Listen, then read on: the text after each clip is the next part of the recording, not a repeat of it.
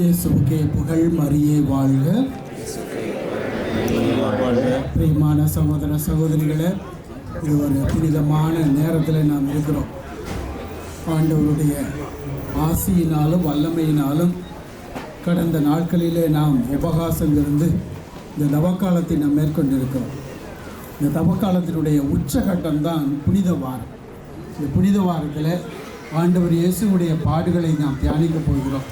எனவே நாம் அனைவருமே இந்த புனிதமான பாடுகளில், இந்த திருச்சடங்குகளில் முழுமையாக பங்கெடுக்க வேண்டும். தாய் திருச்சபை அதைத்தான் விரும்புகிறது. கத்தோலிக்க மக்களாகிய நாம் ஒவ்வொரு நாளும் இந்த புனித வாரத்தில் திருப்பலி காண்பதோடு இந்த நடக்க இருக்கிற திருச்சடங்குகளிலே பங்கெடுத்து ஆண்டவருடைய பாடுகளுடைய மாட்சியை காண திருச்சபை அழைக்கிறது.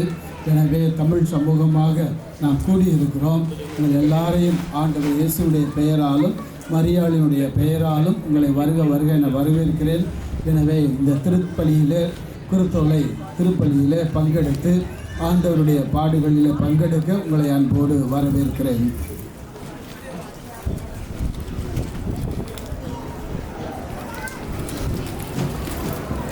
தந்தை, மகன், தூய ஆவியாரின் பெயராலே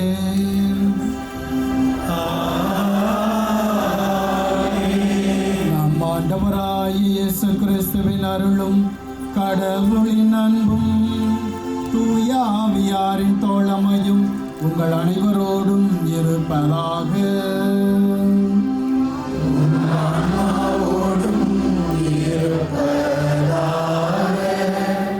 அன்புமிக்க சகோதர சகோதரிகளே, தவக்காலம் தொடக்கத்திலிருந்து தவ முயற்சிகளாலும் பிறரன்பு பணிகளாலும் நம் இதயங்களை தயாரித்த பின் இன்று நாம் ஒன்று கூடியிருக்கிறோம். இதனால் நாம் ஆண்டவருடைய பாஸ்கா மறை நிகழ்வை, அதாவது ஆண்டவருடைய திருப்பாடுகளையும் உயிர்ப்பையும் உலகளாவிய திரு அவையோடு சேர்ந்து அறிவிக்கிறோம். இப்பாஸ்கா மறை நிகழ்வை நிறைவேற்றவே அவர் தம் நகரான எருசலேமுக்குள் நுழைந்தார்.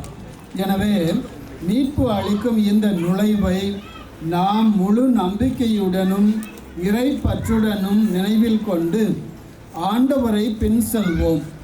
அவருடைய அருளினால் சிலுவையின் பங்கேற்பாளர்களாக மாறி ஆண்டவருடைய உயிர்ப்பிலும் வாழ்விலும் நாம் பங்கு பெறுவோமாக. அனைவரும் தலைவணங்கி ஆண்டவருடைய ஆசியையும் பெற்றுக்கொள்வோம். அதே நேரத்தில் இந்த குருத்தோலைகளை நாம் மந்திரிக்கிறோம். என்றென்றும் உள்ள எல்லாம் வல்ல இறைவா, இக்குருத்தோலைகளை உமது ஆசியால் புனிதப்படுத்தியருளும். அதனால் கிறிஸ்து அரசரை அக்களிப்புடன் பின்பற்றும் நாங்கள் அவர் வழியாக நிலையான எருசலேமுக்குள் வந்து சேர ஆற்றல் பெறுவோமாக.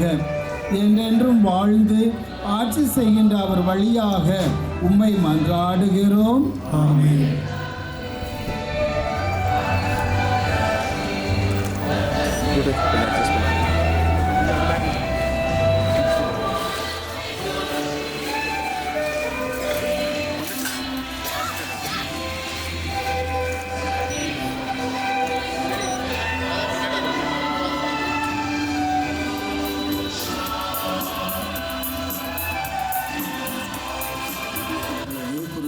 நமக்கு பகிரப்படுகிறது. அனைவரும் பெற்றுக்கொள்வோம்.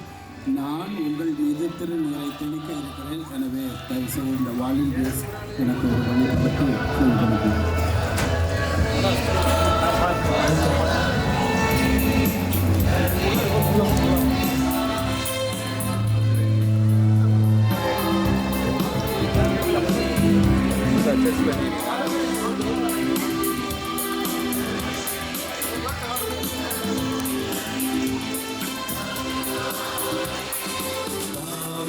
மகனுக்கு ஓசானா, ஆண்டவர் பெயரால் வருகிறவர், ஆசீர்வதிக்கப்பட்டவரே, இஸ்ராயேலின் பேரரசே, உன்னதங்களிலே ஓசானா, உன்னதங்களிலே ஓசானா.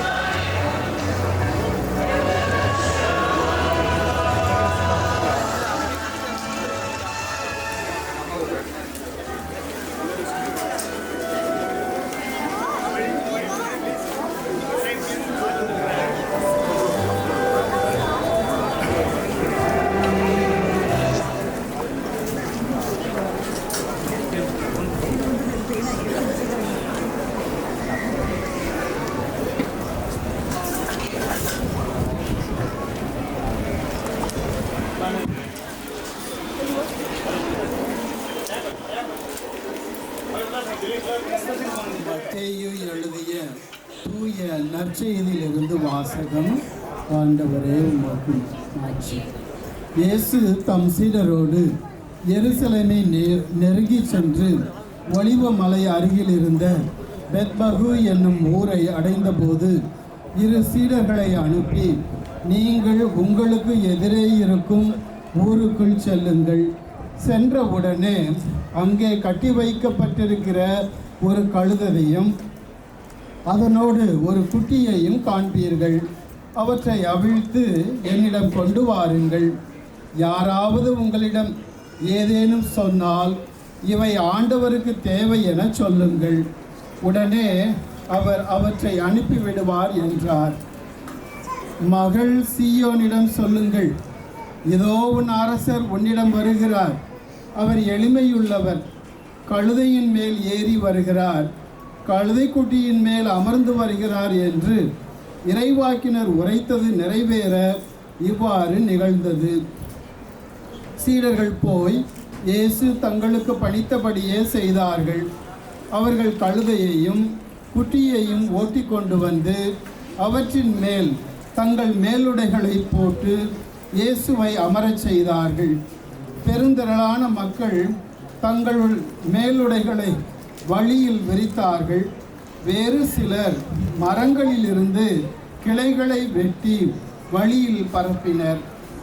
அவருக்கு முன்னேயும் பின்னேயும் சென்ற கூட்டத்தினர், தாவீதின் மகனுக்கு ஓசானா, ஆண்டவர் பெயரால் வருகிறவர் ஆசி பெற்றவர், உன்னதத்தில் ஓசானா என்று சொல்லி ஆர்ப்பரித்தனர். அவர் எருசலேமுக்குள் சென்றபோது நகரம் முழுவதும் பரபரப்படைய இவர் யார் என்னும் கேள்வி எழுந்தது. அதற்கு கூட்டத்தினர், இவர் இறைவாக்கினர் இயேசு, கலிலேயாவில் உள்ள நாசரேத்தை சேர்ந்தவர் என்று பதிலளித்தனர். இது ஆண்டவரின் அருள்வாக்கு. நன்றி.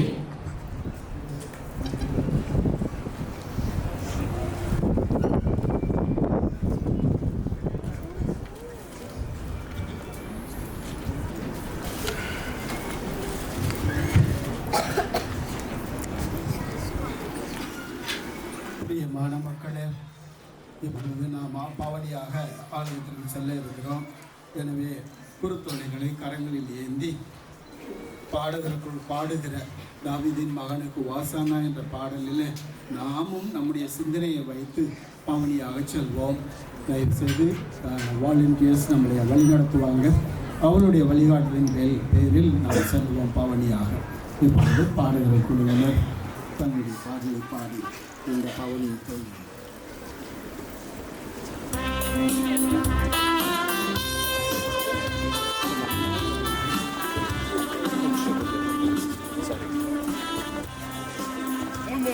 மூணு பேரை லைனா பண்ணி ப்ளீஸ்.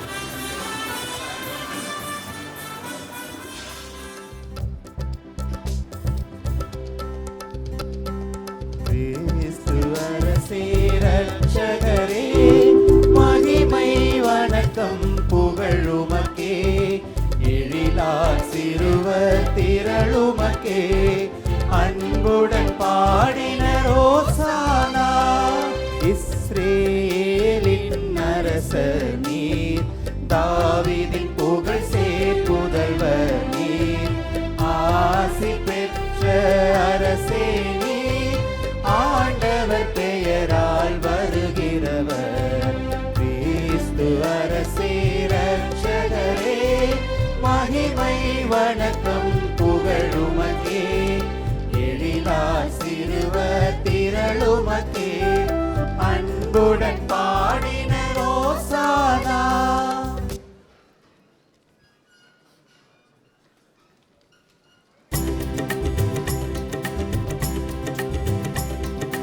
ஆண்டவர் புனித நகரத்தில் நுழைகையில் எபிரேயர் சிறுவர் குழாம் உயிர்த்தெழுதலை அறிவித்தவராய் குருத்து மடல்களை ஏந்தி நின்று உன்னதங்களிலே ஓசானா என்று மகிழ்வுடன் ஆர்ப்பரித்தார்.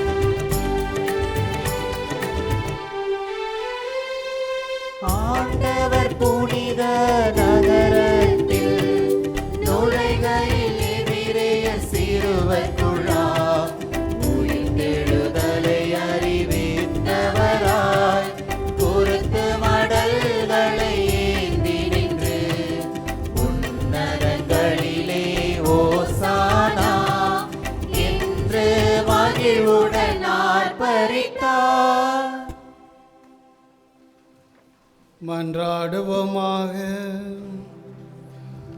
என்றென்றும் உள்ள எல்லாம் வல்ல இறைவா,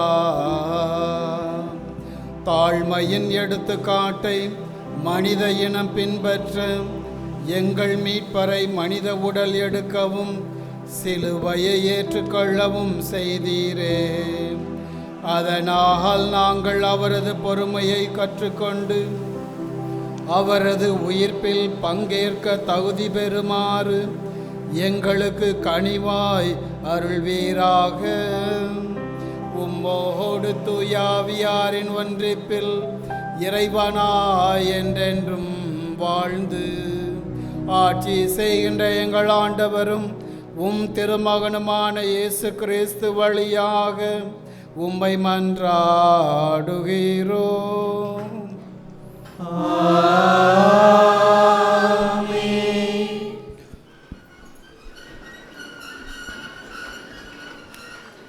பிரியமான மக்களே, இந்த ஹாலினுடைய கெப்பாசிட்டி எல்லாருக்கும் தெரியும் இல்லைங்களா? அதனால் கொஞ்சம் பொறுமை தேவை. சரியா? எல்லாருமே இங்கே இருக்கிறோம், திருப்பலியில் கலந்து கொள்வதற்காகத்தான் வந்திருக்கிறோம். அதனால் கொஞ்சம் பொறுமையோடு இருந்து இந்த திருப்பலியில் மனதுக்கு ஏற்றபடி நம்ம செயல்படணும். அதனால் தயவு செய்து தேவையில்லாமல் நாற்காலிகளை அகற்றுறது, சத்தம் வைக்கிறது, இதெல்லாம் கொஞ்சம் நம்மளால் முடியும். அதனால் அந்த ஒரு மனப்பான்மையோடு பொறுமையோடு பங்கெடுக்க உங்களை அன்போடு கேட்டுக்கொள்கிறேன். இறைவாக்கினர் எசையா நூலிலிருந்து வாசகம். நலிந்தவனை நல் வாக்கால் ஊக்குவிக்கும் அறிவை நான் பெற்றிட ஆண்டவராகிய என் தலைவர் கற்றோனின் நாவை எனக்கு அளித்துள்ளார். காலைதோறும் அவர் என்னை தட்டி எழுப்புகின்றார். கற்போர் கேட்பது போல் நானும் செவி கொடுக்கச் செய்கின்றார். ஆண்டவராகிய என் தலைவர் என் செவியை திறந்துள்ளார். நான் கிளர்ந்தெழவில்லை, விலகிச் செல்லவும் இல்லை. அடிப்போர்க்கு என் முதுகையும் தாடியை பிடுங்குவோருக்கு என் தாடையையும் ஒப்புவித்தேன். நிந்தனை செய்வோருக்கும் காரி உமிழ்வோருக்கும் என் முகத்தை மறைக்கவில்லை. ஆண்டவராகிய என் தலைவர் துணை நிற்கின்றார். நான் அவமானம் அடையேன். என் முகத்தை கற்பாறை ஆக்கிக் கொண்டேன். இழிநிலையை நான் அடைவதில்லை என்று அறிவேன். ஆண்டவர் வழங்கும் அருள்வாக்கு. இறைவா உமக்கு நன்றி.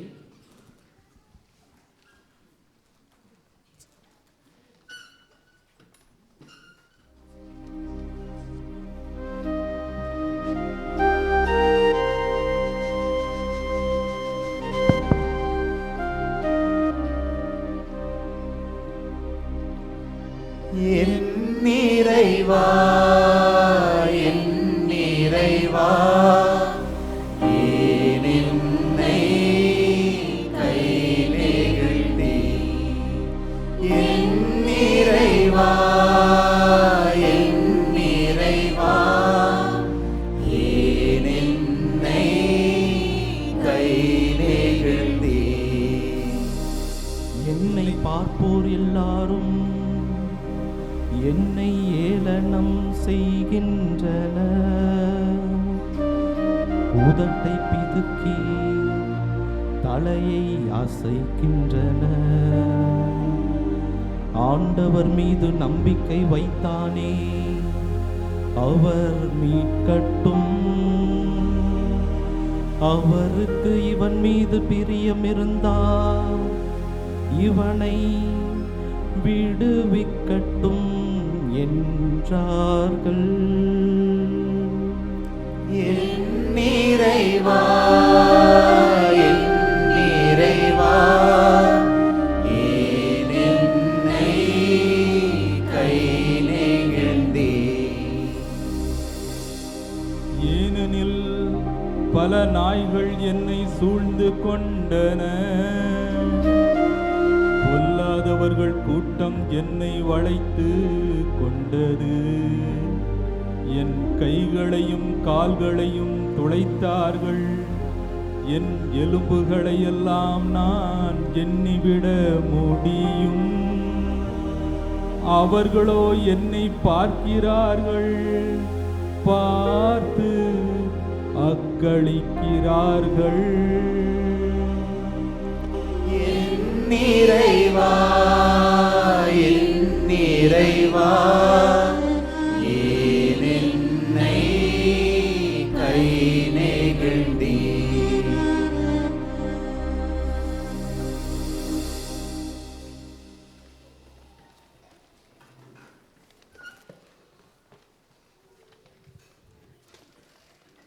திருத்தூதர் பவுல் பிலிப்பியருக்கு எழுதிய திருமுகத்திலிருந்து வாசகம். கடவுள் வடிவில் விளங்கிய கிறிஸ்து கடவுளுக்கு இணையாயிருக்கும் நிலையை வலிந்து பற்றி கொண்டிருக்க வேண்டியதொன்றாக கருதவில்லை. ஆனால் தம்மையே வெறுமையாக்கி அடிமையின் வடிவை ஏற்று மனிதருக்கு ஒப்பானார். மனித உருவில் தோன்றி சாவை ஏற்கும் அளவுக்கு, அதுவும் சிலுவை சாவையை ஏற்கும் அளவுக்கு கீழ்ப்படிந்து தம்மையே தாழ்த்தி கொண்டார். எனவே கடவுளும் அவரை மிகவே உயர்த்தி எப்பெயருக்கும் மேலான பெயரை அவருக்கு அருளினார். ஆகவே இயேசுவின் பெயருக்கு விண்ணவர், மன்னவர், கீழுலகோர் அனைவரும் மண்டியிடுவர். தந்தையாம் கடவுளின் மாட்சிக்காக இயேசு கிறிஸ்து ஆண்டவர் என எல்லா நாவுமே அறிக்கையிடும். ஆண்டவர் வழங்கும் அருள்வாக்கு. இறைவா உமக்கு நன்றி.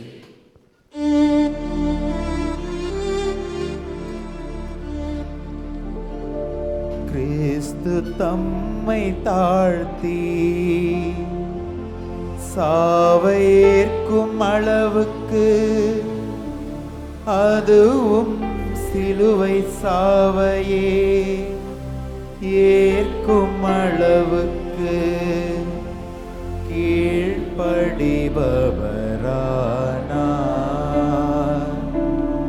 ஆதலால் தான் கடவுள் அவரை எல்லோருக்கும் மேலாய் உயர்த்தி எப்பெயருக்கும் மேலான பெயரை அவருக்கு அருளினார்.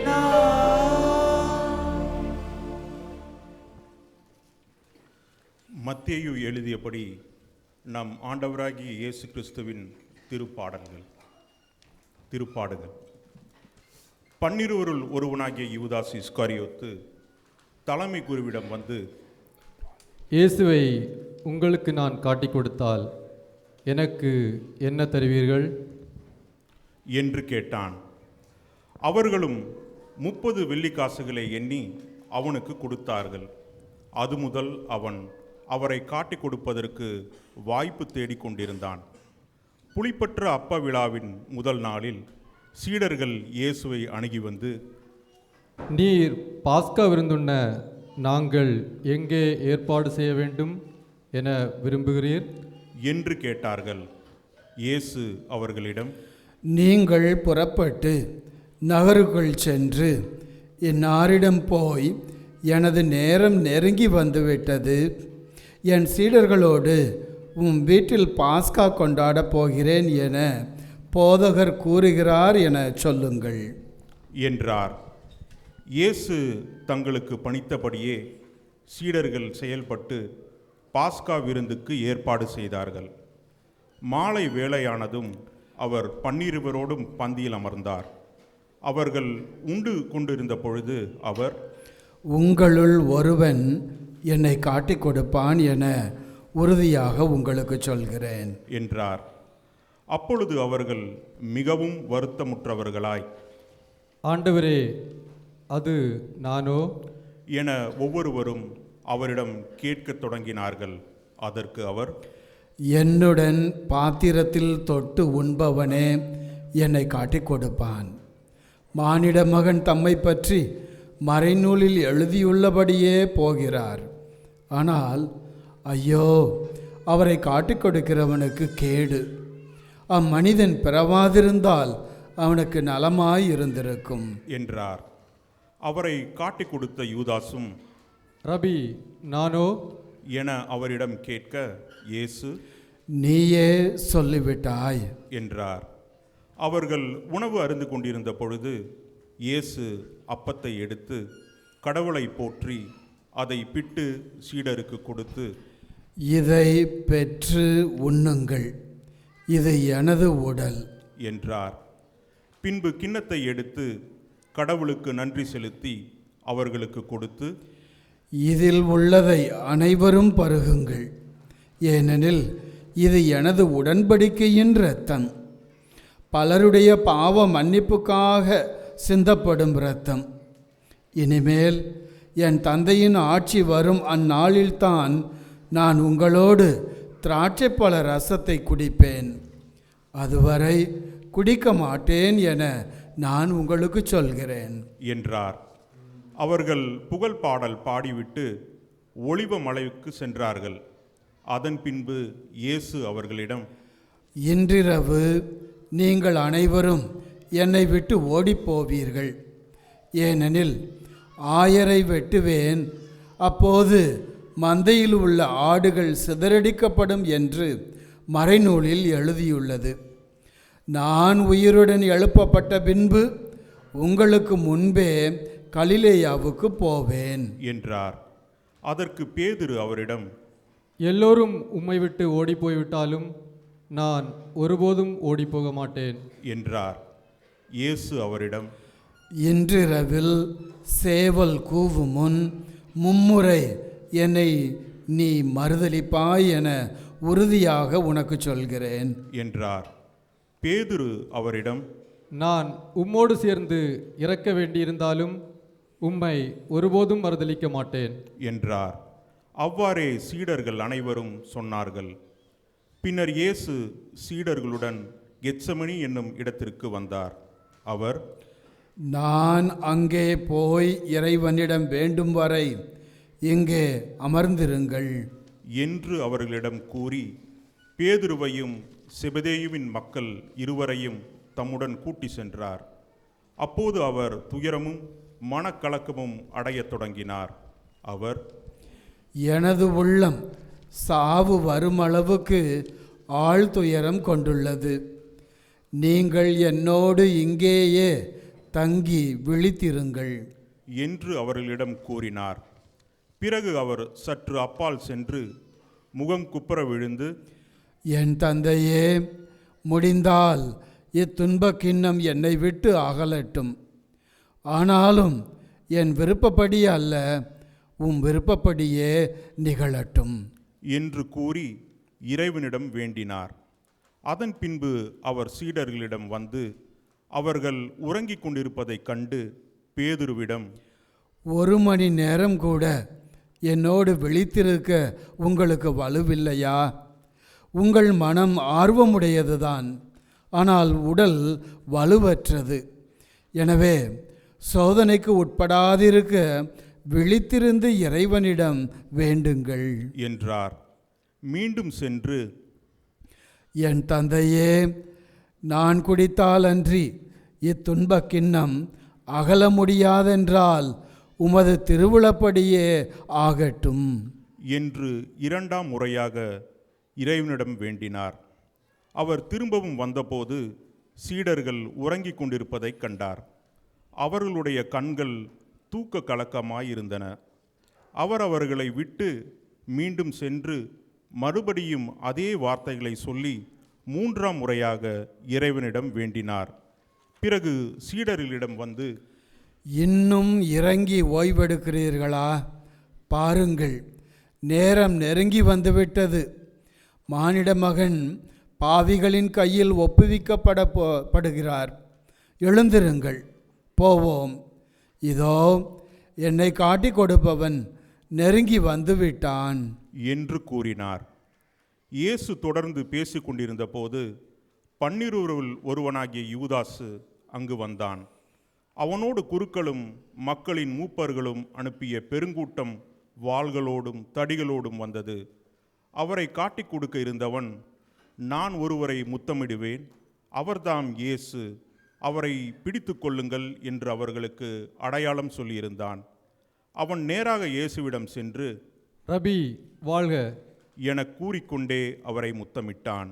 இயேசு அவனிடம், தோழா, எதற்காக வந்தாய் என்று கேட்டார். அப்பொழுது அவர்கள் இயேசுவை அணுகி அவரை பற்றி பிடித்து கைது செய்தனர். உடனே இயேசுவோடு இருந்தவருள் ஒருவர் தமது கையை நீட்டி வாளை உருவி தலைமை குருவின் பணியாளரை தாக்கி அவருடைய காதை துண்டித்தார். அப்பொழுது இயேசு அவரிடம், உனது வாளை அதன் உரையில் திரும்ப போடு. ஏனெனில் வாளை எடுப்போர் அனைவரும் வாளால் அழிந்து போவர். நான் என் தந்தையின் துணையை வேண்ட முடியாதென்றா நினைத்தாய்? நான் வேண்டினால் அவர் 12 பெரும் படைப்பிரிவுகளுக்கு மேற்பட்ட வானதூதரை எனக்கு அனுப்பி வைப்பாரே. அப்படியானால் இவ்வாறு நிகழ வேண்டும் என்ற மறைநூல் வாக்குகள் எவ்வாறு நிறைவேறும் என்றார். அவ்வேளையில் இயேசு மக்கள் கூட்டத்தை பார்த்து, கல்வனை பிடிக்க வருவது போல் வாள்களோடும் தடிகளோடும் என்னை கைது செய்ய வந்தது ஏன்? நான் நாள்தோறும் கோவிலில் அமர்ந்து கற்பித்து கொண்டிருந்தேன். நீங்கள் என்னை பிடிக்கவில்லையே. இறைவாக்கினர் எழுதியவை நிறைவேறவே இவை அனைத்தும் நிகழ்கின்றன என்றார். அப்பொழுது சீடர்கள் எல்லோரும் அவரை விட்டுவிட்டு தப்பி ஓடினார்கள். இயேசுவை பிடித்தவர்கள் அவரை தலைமை குரு கயப்பாவிடம் கூட்டி சென்றார்கள். அங்கே மறைநூல் அறிஞரும் மூப்பர்களும் கூடி வந்தார்கள். பேதுரு தொலையில் அவரை பின்தொடர்ந்து தலைமை குருவின் வீட்டு முற்றம் வரை வந்து வழக்கின் முடிவை பற்றி தெரிந்து கொள்வதற்காக உள்ளே நுழைந்து காவலரோடு உட்கார்ந்திருந்தார். தலைமை குருக்களும் தலைமை சங்கத்தார் அனைவரும் இயேசுவுக்கு மரண தண்டனை விதிக்க அவருக்கு எதிராக பொய்சாட்சி தேடினார். பல பொய்சாட்சிகள் முன்வந்தும் ஏற்ற சாட்சி கிடைக்கவில்லை. இறுதியாக 2 முன்வந்தனர். அவர்கள், இவன் கடவுளுடைய திருக்கோயிலை இடித்து அதை 3 நாளில் கட்டியெழுப்ப என்னால் முடியும் என்றான் என்று கூறினார்கள். அப்பொழுது தலைமை குரு எழுந்து அவரிடம், இவர்கள் உனக்கு எதிராக கூறும் சான்றுக்கு மறுமொழி கூற மாட்டாயா என்று கேட்டார். ஆனால் இயேசு பேசாதிருந்தார். மேலும் தலைமை குரு அவரிடம், நீ கடவுளின் மகனாகிய மெசியாவா? வாழும் கடவுளின் பெயரால் ஆணையிட்டு சொல்லுமாறு உன்னிடம் கேட்கிறேன் என்றார். அதற்கு இயேசு, நீரே சொல்லுகிறீர். மானிட மகன் வல்லவராம் கடவுளின் வலப்புறத்தில் வீற்றிருப்பதையும் வான மேகங்களின் மீது வருவதையும் இது முதல் நீங்கள் காண்பீர்கள் என உங்களுக்கு சொல்கிறேன் என்றார். உடனே தலைமை குரு தம் மேலுடையை கிழித்து கொண்டு, இவன் கடவுளை பழித்துரைத்தான். இன்னும் நமக்கு சான்றுகள் தேவையா? இதோ இப்பொழுது நீங்களே பழிப்புரையை கேட்டீர்களே, நீங்கள் என்ன நினைக்கிறீர்கள் என்று கேட்டார். அதற்கு அவர்கள், இவன் சாக வேண்டியவன் என பதிலளித்தார்கள். பின்பு அவருடைய முகத்தில் துப்பி அவரை கையால் குத்தினார்கள். மேலும் சிலர் அவரை கன்னத்தில் அறைந்த, இறைவாக்கினர் மெசியாவே, உன்னை அடித்தது யார்? சொல் என்று கேட்டனர். பேதுரு வெளியே முற்றத்தில் உட்கார்ந்திருந்தார். பணிப்பெண் ஒருவர் அவரிடம் வந்து, நீயும் கலிலேயனாகிய இயேசுவோடு இருந்தவன் தானே என்றார். அவரோ, நீர் சொல்வது என்னவென்று எனக்கு தெரியவில்லை என்று அவர்கள் அனைவர் முன்னிலையிலும் மறுதலித்தார். அவர் வெளியே வாயிலருகே சென்றபோது வேறொரு பணிப்பெண் அவரை கண்டு, இவன் நாசரேத்து இயேசுவோடு இருந்தவன் என்று அங்கிருந்தோரிடம் சொன்னார். ஆனால் பேதுரு, இம்மனிதனை எனக்கு தெரியாது என ஆணையிட்டு மீண்டும் மறுதலித்தார். சற்று நேரத்திற்கு பின் அங்கே நின்றவர்கள் பேதுருவிடம் வந்து, உண்மையாகவே நீயும் அவர்களை சேர்ந்தவனே, ஏனெனில் உன் பேச்சே உன்னை யாரென்று காட்டிக் கொடுக்கிறது என்று கூறினார்கள். அப்பொழுது அவர், இந்த மனிதனை எனக்கு தெரியாது என்று சொல்லி சபிக்கவும் ஆணையிடவும் தொடங்கினார். உடனே சேவல் கூவிற்று. அப்பொழுது சேவல் கூவுமுன், நீ என்னை 3 முறை மறுதலிப்பாய் என்று இயேசு கூறியதை பேதுரு நினைவு கூர்ந்து வெளியே சென்று மனம் நொந்து அழுதார். பொழுது விழித்ததும் தலைமை குருக்கள், மக்களின் மூப்பர்கள் யாவரும் இயேசுவை கொல்ல அவருக்கு எதிராக ஆலோசனை செய்தனர். அவரை கட்டி இழுத்து சென்று ஆளுநன் பிலாத்திடம் ஒப்புவித்தனர். அதன்பின் இயேசு தண்டனை தீர்ப்பு அடைந்ததை கண்டபோது அவரை காட்டிக் கொடுத்த யூதாசு மனம் வருந்தி தலைமை குருக்களிடமும் மூப்பர்களிடமும் 30 வெள்ளிக்காய்கள் காசுகளையும் திருப்பி கொண்டு வந்து, பழிபாவமில்லாதவரை காட்டிக் கொடுத்து பாவம் செய்தேன் என்றான். அதற்கு அவர்கள், அதை பற்றி எங்களுக்கு என்ன, நீயே பார்த்துக்கொள் என்றார்கள். அதன் பின்பு அவன் அந்த வெள்ளி காசுகளை கோவிலில் எறிந்துவிட்டு புறப்பட்டு போய் தூக்கு போட்டு கொண்டான். தலைமை குருக்கள் வெள்ளி காசுகளை எடுத்து, இது இரத்தத்திற்கான விலையாதலால் இதை கோவில் காணிக்கை பெட்டியில் போடுவது முறையல்ல என்று சொல்லி கலந்தாலோசித்து அந்நியரை அடக்கம் செய்ய அவற்றை கொண்டு குயவன் நிலத்தை வாங்கினார்கள். இதனால்தான் அந்நிலம் இரத்த நிலம் என இன்று வரை அழைக்கப்படுகிறது. இஸ்ரேல் மக்களால் விலை மதிக்கப்பட்டவருடைய விலையான 30 வெள்ளிக்காசுகளையும் கையில் எடுத்து, ஆண்டவர் எனக்கு பணித்தபடியே அதை குயவன் நிலத்திற்கு கொடுத்தார்கள் என்று இறைவாக்கினர் எரேமியா உரைத்தது அப்பொழுது நிறைவேறியது. இயேசு ஆளுநன் பிலாத்து முன்னிலையில் நின்று கொண்டிருந்தார். ஆளுநன் அவரை நோக்கி, நீ யூதரின் அரசனா என்று கேட்டான். அதற்கு இயேசு, அவ்வாறு நீர் சொல்கிறீர் என்று கூறினார். மேலும் தலைமை குருக்களும் மூப்பர்களும் அவர் மீது குற்றம் சுமத்திய போது அவர் மறுமொழி எதுவும் கூறவில்லை. பின்பு பிலாத்து அவரிடம், உனக்கு எதிராக எத்தனையோ சான்றுகள் கூறுகிறார்களே, உனக்கு கேட்கவில்லையா என்றான். அவரோ ஒரு சொல் கூட அவனுக்கு மறுமொழியாக கூறவில்லை. ஆகவே ஆளுநன் மிகவும் வியப்புற்றான். மக்கள் விரும்பி கேட்கும் ஒரு கைதியை அவர்களுக்காக விழாவின் போது ஆளுநன் விடுதலை செய்வது வழக்கம். அந்நாளில் பரபா என்னும் பேர்போன கைதி ஒருவன் இருந்தான். மக்கள் ஒன்று கூடி வந்திருந்த போது பிலாத்து அவர்களிடம், நான் யாரை விடுதலை செய்ய வேண்டும் என விரும்புகிறீர்கள், பரபாவையா அல்லது மெஸ்ஸியா என்னும் இயேசுவையா என்று கேட்டான். ஏனெனில் அவர்கள் பொறாமையால் தான் இயேசுவை தன்னிடம் ஒப்புவித்திருந்தார்கள் என்பது அவனுக்கு தெரியும்.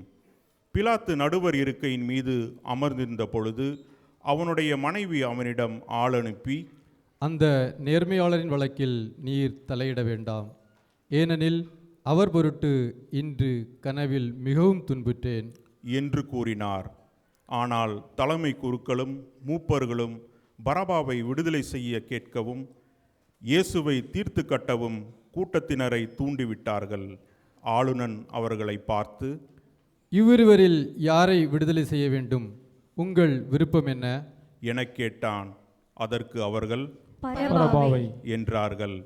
பிலாத்து அவர்களிடம், அப்படியானால் மெஸ்ஸியா என்னும் இயேசுவை நான் என்ன செய்ய வேண்டும் என்று கேட்டான். அனைவரும் சிலுவையில் அறையும் என்று பதிலளித்தனர். அதற்கு அவன், இவன் செய்த குற்றம் என்ன என்று கேட்டான். அவர்களோ சிலுவையில் அறையும் என்று இன்னும் உரக்க கத்தினார்கள். பிலாத்து தன் முயற்சியால் பயனேதும் ஏற்படவில்லை, மாறாக கலகமே உருவாகிறது என்று கண்டு கூட்டத்தினரின் முன்னிலையில் தண்ணீரை எடுத்து, இவனது இரத்த பலியில் எனக்கு பங்கில்லை, நீங்களே பார்த்து கொள்ளுங்கள் என்று கூறி தன் கைகளை கழுவினான். அதற்கு மக்கள் அனைவரும், இவனுடைய இரத்தப்பழி எங்கள் மேலும் எங்கள் பிள்ளைகள் மேலும் விழட்டும் என்று பதில் கூறினர். அப்போது அவன் பரபாவை அவர்கள் விருப்பத்திற்கிணங்க விடுதலை செய்தான். இயேசுவை கசையால் அடித்து சிலுவையில் அறையுமாறு ஒப்புவித்தான். ஆளுநனின் படைவீரர் இயேசுவை ஆளுநன் மாளிகைக்கு கூட்டி சென்று அங்கிருந்த படைப்பிரிவினர் அனைவரையும் அவர் முன் ஒன்று கூட்டினார். அவருடைய ஆடைகளை உரித்து கருஞ்சிவப்பு நிறமுள்ள தளர் அங்கியை அவருக்கு அணிவித்தனர். அவர்கள் ஒரு முள்முடி பின்னி அவரது தலையின் மேல் வைத்து அவருடைய வலக்கையில் ஒரு கோலை கொடுத்து அவர் முன் முழந்தால் படியிட்டு, யூதரின் அரசரே வாழ்க என்று சொல்லி ஏளனம் செய்தனர். அவர் மேல் துப்பி அக்கோலை எடுத்து அவருடைய தலையில் அடித்தனர். அவரை ஏளனம் செய்த பின் அவர் மேல் இருந்த தளர் அங்கியை கழற்றிவிட்டு அவருடைய ஆடைகளை அணிவித்து அவரை சிலுவையில் அறைவதற்காக இழுத்து சென்றனர். அவர்கள் வெளியே சென்றபோது சீரேன் ஊரை சேர்ந்த சீமோன் என்ற பெயருடைய ஒருவரை கண்டார்கள். இயேசுவின் சிலுவையை சுமக்கும்படி அவரை கட்டாயப்படுத்தினார்கள். மண்டையோட்டு இடம் என்று பொருள்படும் கொல்கத்தாவுக்கு வந்தார்கள். இயேசுவுக்கு கசப்பு கலந்த திராட்சை ரசத்தை குடிக்க கொடுத்தார்கள். அவர் அதை சுவை பார்த்த பின் குடிக்க விரும்பவில்லை. அவர்கள் அவரை சிலுவையில் அறைந்த பின்பு குலுக்கல் முறையில் அவருடைய ஆடைகளை பங்கிட்டு கொண்டார்கள். பின்பு அங்கே உட்கார்ந்து காவல் காத்தார்கள். அவரது தலைக்கு மேல் அவரது மரண தண்டனைக்கான காரணத்தை எழுதி வைத்தார்கள். அதில் இவன் யூதரின் அரசனாகிய இயேசு என்று எழுதப்பட்டிருந்தது. அதன்பின் அவருடைய வலப்புறம் ஒருவனும் இடப்புறம் ஒருவனுமாக இரு கல்வர்களை அவருடன் சிலுவையில் அறைந்தார்கள். அவ்வழியே சென்றவர்கள் தங்கள் தலைகளை அசைத்து, கோவிலை இடித்து 3 நாளில் கட்டி எழுப்புகிறவனே, உன்னையே விடுவித்துக் கொள். நீ இறைமகன் என்றால் சிலுவையிலிருந்து இறங்கி வா என்று அவரை பழித்துரைத்தார்கள். அவ்வாறே தலைமை குருக்கள் மறைநூல் அறிஞர்களுடனும் மூப்பர்களுடனும் சேர்ந்து அவரை ஏளனம் செய்தனர். அவர்கள், பிறரை விடுவித்தான், தன்னையே விடுவிக்க இயலவில்லை. இவன் இஸ்ரேலுக்கு அரசனாம். இப்பொழுது சிலுவையிலிருந்து இறங்கி வரட்டும், அப்பொழுது நாங்கள் இவனை நம்புவோம். கடவுளிடம் இவன் உறுதியான நம்பிக்கை கொண்டிருந்தானாம். அவர் விரும்பினால் இப்போது இவனை விடுவிக்கட்டும். நான் இறைமகன் என்றானே என்று கூறினார்கள். அவ்வாறே அவரோடு சிலுவையில் அறையப்பட்டிருந்த கல்வர்களும் அவரை இகழ்ந்தார்கள். நண்பகல் 12 மணி முதல் பிற்பகல் 3 மணி வரை நாடு முழுவதும் இருள் உண்டாயிற்று. 3 மணி அளவில் இயேசு, ஏலி ஏலி லேமா சபக்தானி, அதாவது என் இறைவா என் இறைவா, ஏன் என்னை கைவிட்டீர் என்று உரத்த குரலில் கத்தினார். அங்கே நின்று கொண்டிருந்தவர்களுள் சிலர் அதை கேட்டு, இவன் எலியாவை கூப்பிடுகிறான் என்றனர். உடனே அவர்களுள் ஒருவர் ஓடிச் சென்று கடற்பஞ்சை எடுத்து புளித்த திராட்சை ரசத்தில் தோய்த்து அதை கோலில் மாட்டி அவருக்கு குடிக்க கொடுத்தார். மற்றவர்களோ, பொறு, எலியா வந்து இவனை விடுவிப்பாரா என்று பார்ப்போம் என்றார்கள். இயேசு மீண்டும் உரத்த குரலில் கத்தி உயிர் விட்டார்.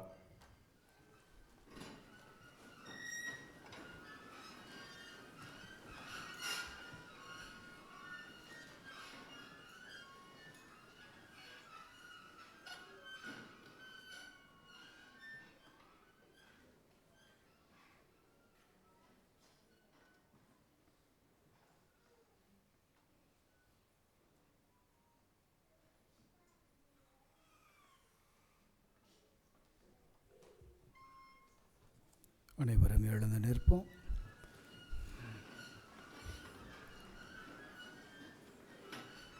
அதே நேரத்தில் திருக்கோவிலின் திரை மேலிருந்து கீழ்வரை 2ஆக கிழிந்தது. நிலம் நடுங்கியது. பாறைகள் பிளந்தன. கல்லறைகள் திறந்தன. இறந்த இறைமக்கள் பலரின் உடல்கள் உயிருடன் எழுப்பப்பட்டன. இயேசுவின் உயிர்த்தெழுதலுக்கு பின்பு இவர்கள் கல்லறைகளிலிருந்து வெளியே வந்து எருசலேம் திருநகரத்திற்கு சென்று பலருக்கு தோன்றினார்கள். 100 தலைவரும் அவரோடு இயேசுவை காவல் காத்தவர்களும் நிலநடுக்கத்தையும் நிகழ்ந்த யாவற்றையும் கண்டு மிகவும் அஞ்சி, இவர் உண்மையாகவே இறைமகன் என்றார்கள். கலிலேயாவிலிருந்து இயேசுவை பின்பற்றி அவருக்கு பணிவிடை செய்து வந்த பல பெண்களும் அங்கிருந்தார்கள். அவர்கள் தொலையில் நின்று உற்று நோக்கி கொண்டிருந்தார்கள். அவர்களிடையே மகதலா மரியாவும் யாக்கோபு யோசேப்பு ஆகியோரின் தாய் மரியாவும் செபதேயுவின் மக்களுடைய தாயும் இருந்தார்கள். மாலை வேளையானதும் அரிமத்தியா ஊரை சேர்ந்த யோசேப்பு என்னும் பெயர் கொண்ட செல்வர் ஒருவர் அங்கே வந்தார். அவரும் இயேசுவுக்கு சீடராயிருந்தார். அவர் பிலாத்திடம் போய் இயேசுவின் உடலை கேட்டார். பிலாத்தும் அதை கொடுத்துவிட கட்டளையிட்டான். யோசேப்பு அவ்வுடலை பெற்று தூய்மையான மெல்லிய துளியில் சுற்றி தமக்கென பாறையில் வெட்டியிருந்த புதிய கல்லறையில் கொண்டு போய் வைத்தார். அதன் வாயிலில் ஒரு பெருங்கல்லை உருட்டி வைத்து விட்டு போனார். அப்பொழுது மகதலா மரியாவும் வேறொரு மரியாவும் அங்கே கல்லறைக்கு எதிரே உட்கார்ந்திருந்தனர். மறுநாள் அதாவது ஆயத்த நாளுக்கு அடுத்த நாள் தலைமை குருக்களும் பரிசேயர்களும் பிலாத்திடம் கூடி வந்தார்கள். அவர்கள், ஐயா, அந்த எத்தன் உயிருடன் இருந்தபொழுது 3 நாளுக்கு பின்பு நான் உயிருடன் எழுப்பப்படுவேன் என்று சொன்னது எங்களுக்கு நினைவிருக்கிறது. ஆகையால் 3 நாள் வரை கல்லறையை கருத்தாய் காவல் செய்ய கட்டளையிடும். இல்லையெனில் அவருடைய சீடர்கள் ஒருவேளை வந்து அவன் உடலை திருடி சென்றுவிட்டு இறந்த அவர் உயிருடன் எழுப்பப்பட்டார் என்று மக்களிடம் சொல்ல நேரிடும். அப்பொழுது முந்தின ஏமாற்று வேலையை விட பிந்தினது மிகுந்த கேடு விளைவிக்கும் என்றனர். அதற்கு பிலாத்து அவர்களிடம், உங்களிடம் காவல் வீரர்கள் இருக்கிறார்கள், நீங்களே போய் உங்களுக்கு தெரிந்தபடி கருத்தாய் காவல் செய்யுங்கள் என்றார். அவர்கள் போய் கல்லறை மூடியிருந்த கல்லுக்கு முத்திரையிட்டு காவல் வீரரை கொண்டு கருத்தாய் காவல் செய்ய ஏற்பாடு செய்தார்கள். இது ஆண்டவரின் அருள்வாக்கு.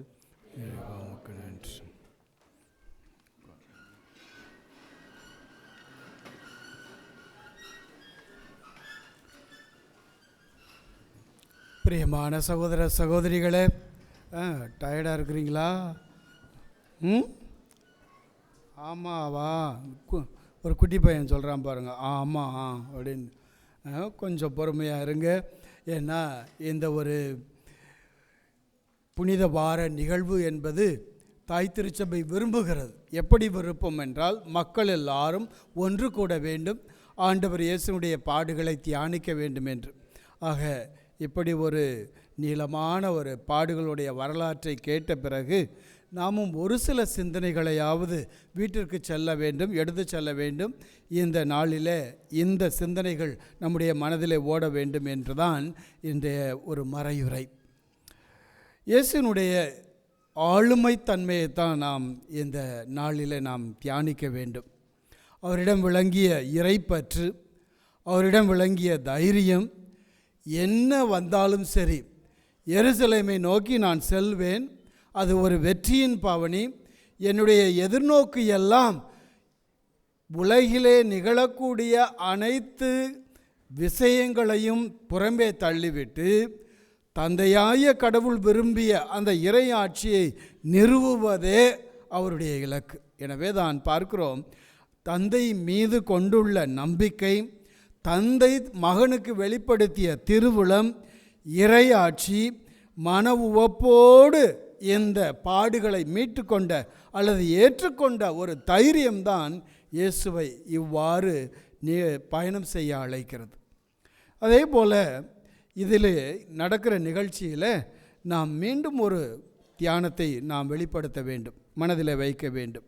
இவ்வளவு தூரம் இயேசு பயணித்தாலும், அவருடைய ஆளுமைத்தன்மை இருந்தாலும், தைரியம் இருந்தாலும், இறைப்பற்று இருந்தாலும், மக்களுடைய ஒரு இயல்பு தன்மையை நாம் தியானிக்க வேண்டும். மக்களின் நிலையற்ற தன்மை. இன்று குருத்தோலை ஞாயிறு ஓசனா பாடிய இதே கூட்டம்தான் புனித வெள்ளி அன்று ஒளிக ஒளிக என்று கத்துவதையும் நாம் பார்க்கிறோம். ஆக இயேசு அவருடைய எதிர்நோக்கு தந்தை. நம் மக்களாகிய நமக்கு நாம் மகிழ்ச்சி இருந்தால் ஓசானா, துன்பம் வந்தால் ஒளிக, இப்படியற்ற ஒரு நிலையற்ற ஒரு மனநிலையை இந்த ஒரு நற்செய்தி பகுதியிலே நாம் பார்க்கிறோம். ஆக முதல் வாசகத்தில் துன்புறும் ஊழியனான இயேசுனுடைய பாடுகளை அவர் ஏற்றுக்கொண்டார் என்பதோடு தம் முகத்தை கற்பாறையாக்கி கொண்டார். இந்த வசனம் தான் நமக்கு தேவை. இவ்வளவு பாடுகளை அவர் ஏற்றுக்கொண்டாலும் அவருடைய முகத்தை கற்பாறையாக்கி கொண்டார். எதற்காக கற்பாறையாக்கினார்? இறைவன் இரக்கம் உள்ளவர், அன்பு உள்ளவர். இங்கு நடப்பது எல்லாம் அவருக்கு தெரியும். இந்த உலகம் தந்தையை சார்ந்து இல்லை. இந்த உலகம் நான் அப்பத்தை பெற்று கொடுத்ததாலும் புதுமைகளை செய்ததாலும் மக்கள் என்னை போற்றுகிறார்கள். எனவே இந்த சொற்கள், மனநிலை எல்லாம் மாறிவிடும். நான் என்னுடைய பயணம் இறுக்கமான ஒரு பயணம், அதாவது என்ன நேர்ந்தாலும் என்னுடைய பயணத்தில் மாற்றம் இல்லை என்ற ஒரு நிகழ்வை மையப்படுத்திய தன் முகத்தை இறுக்கப்படுத்தி கொண்டு நான் செல்வேன், வெற்றியை நோக்கி பயணிப்பேன் என்ற ஒரு மனநிலை. இரண்டாவது வாசகத்திலே பார்க்கிறோம், சாவை ஏற்கும் அளவுக்கு, அதுவும் சிலுவை சாவை ஏற்கும் அளவுக்கு அவர் கீழ்ப்படிந்தார் என்று பார்க்கிறோம். இரண்டாவதாக மீண்டும் இந்த மகனான இயேசு தந்தைக்கு கீழ்ப்படிவதையே நோக்கமாக கொண்டிருந்தார். அவருடைய எதிர்நோக்கு எல்லாம் தந்தை என்ன வெளிப்படுத்துகிறாரோ, தந்தையினுடைய திருவுளம் என்னவோ அதற்கு கீழ்ப்படிந்தவராக இருக்கிறார் என்பதை இரண்டாவது வாசகம் நமக்கு உணர்த்துகின்றது. நற்செய்தியிலே பார்த்தால் இயேசுனுடைய உடல் வேதனையை விட மனவேதனை தான் அதிகம். அவர் கொண்டிருந்த மனவேதனை தான் அதிகமாக இருக்கும். உடல் வேதனை நமக்கெல்லாம் தெரிந்தது தான், வயிற்று வலி, தலைவலி, காய்ச்சல், இருமல், இதையெல்லாம். ஆனால் இவை அனைத்திற்கும் மேலாக ஒரு வலி, மனவலி. இந்த மனவலியில் இன்று நாம் எல்லாருமே இருக்கிறோம். எல்லாருமே, யாரும் இதில் விளக்கு அல்ல.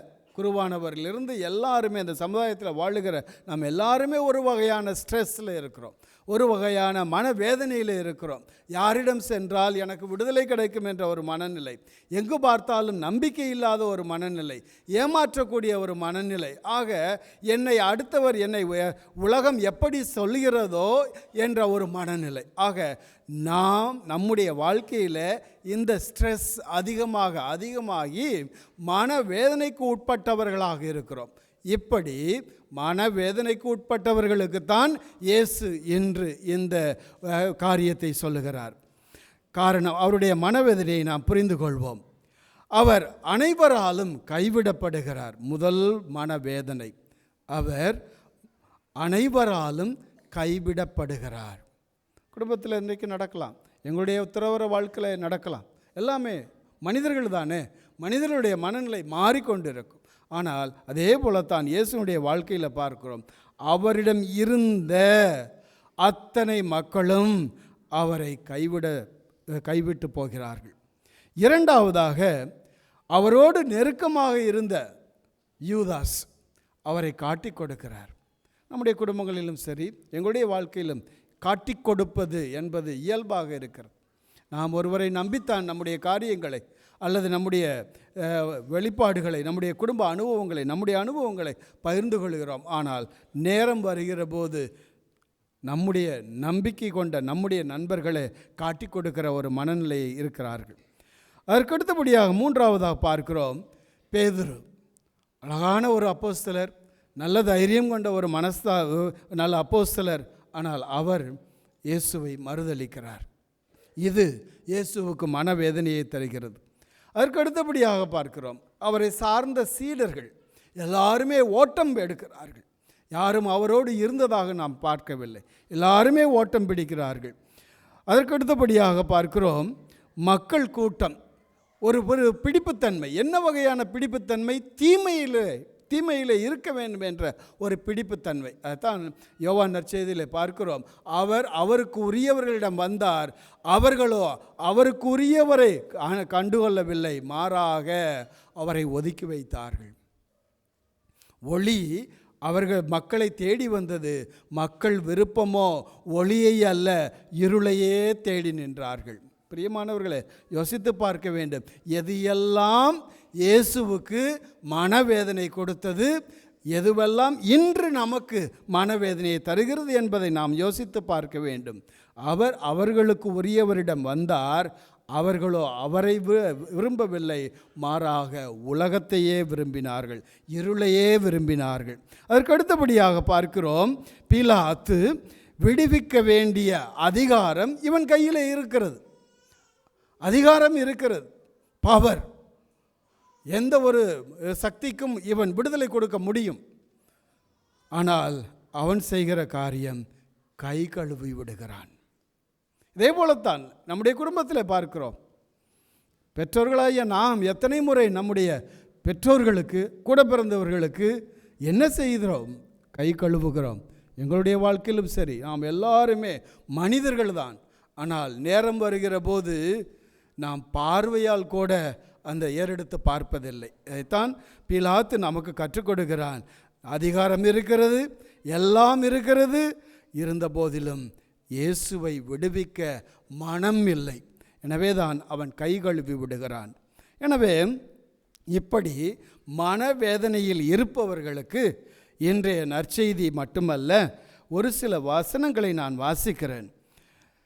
யோவான் நற்செய்தி 16வது அதிகாரம் 32வது வசனம். உமக்கு அனைத்தும் தெரியும். யோவான் நற்செய்தி 16வது அதிகாரம் 32வது வசனம். இதோ காலம் வருகிறது, ஏன் வந்தே விட்டது, அப்போது நீங்கள் சிதறடிக்கப்பட்டு ஒவ்வொருவரும் அவரவர் வீட்டுக்கு ஓடிப்போவீர்கள், என்னை தனியே விட்டு விடுவீர்கள். ஆயினும் இயேசு சொல்கிற வசனத்தை பாருங்க, நான் தனியாய் இருப்பதில்லை, தந்தை என்னோடு இருக்கிறார். ஆக ஆண்டவர் இயேசு தந்தையை பிடித்து கொள்கிறார். என்ன துயரம் வந்தாலும் அவருக்குள்ளே இருக்கிற ஒரு ஆற்றல் யார் என்றால் தந்தை. பலர் விட்டு ஓடி போய் விடலாம், பலர் என்னை முறைத்து பார்க்கலாம், பலர் எனக்கு குழி தோண்டலாம், பலர் என்னை விரும்பாமல் இருக்கலாம். ஆனால் ஆண்டவர் நமக்கு உணர்த்துவது, மகனே மகளே, நீ மன வேதனையோடு இருக்கிறாய், உனக்குள்ளே கடவுளுடைய ஆற்றல் இருக்கிறது, உன்னை படைத்தவர் உன்னோடு இருக்கிறார். எந்த ஒரு மனவேதனையிலும் நீ தனிமை இல்லை, மாறாக உன்னை படைத்த கடவுள் இரக்கமுள்ளவராயிருக்கிறார், உன்னை படைத்த கடவுள் உன்னை தெரிந்தவராயிருக்கிறார். எனவே தந்தையாய கடவுள் உனக்குள்ளே இருக்கிறார். ஆற்றலும் வல்லமையும் செய்யக்கூடிய பவர் யாரிடம் இருக்கிறது என்றால் உன்னை உருவாக்கிய கடவுளிடம் இருக்கிறது. உலகம் வெறுக்கலாம், ஆனால் உனக்குள்ளே இருக்கிற அந்த இறை சக்தி என்னாலும் அழியாது. அதற்கு அடுத்தபடியாக ரோமேருக்கு எழுதப்பட்ட மடலிலே 8வது அதிகாரம் 31வது வசனத்தில் 8:31, இதற்கு மேல் நாம் என்ன சொல்வோம்? கடவுள் நம் சார்பில் இருக்கும்போது நமக்கு எதிராக இருப்பவர் யார்? உனக்குள்ளே இருக்கிற கடவுள் உன்னோடு இருக்கிறார். எனவே அதாவது கடவுள் உன் சார்பில் இருக்கும்போது உனக்கு எதிராக எந்த தீமை வந்து உன்னை தாக்கிடும். இதைத்தான் நாம் மனதில் கொள்ள வேண்டும். பிரியமானவர்களே, நேரம் வருகிற போது, மனவேதனை அடைகிற போது, ஒரு மனிதன் இன்னொரு மனிதனை நாடுவதை விட நமக்குள்ளே இருக்கிற இறை சக்தியை நாம் எழுப்ப வேண்டும். நான் அழகு உள்ளவன், கடவுள் எனக்கு படைத்து வைத்திருக்கிறார், அத்தனை உறுப்புகளையும் கொடுத்து என்னை மாற்றியடைய செய்திருக்கிறார். அவரை காண்பதிலும் அவருடைய திருவுளத்தை நாடுவதிலும் அவர் என்னை தள்ள மாட்டார், எனக்குள்ளே ஒரு ஆற்றல் உண்டு என்பதை அந்த கொடுத்த கடவுளை நாடுவது தான் இந்த ரோமேருக்கு எழுதப்பட்ட மடலிலே 8:31 பார்க்கிறோம். இதற்கு மேல் நாம் என்ன சொல்வோம்? கடவுள் நம் சார்பில் இருக்கும்போது நமக்கு எதிராக இருப்பவர் யார்?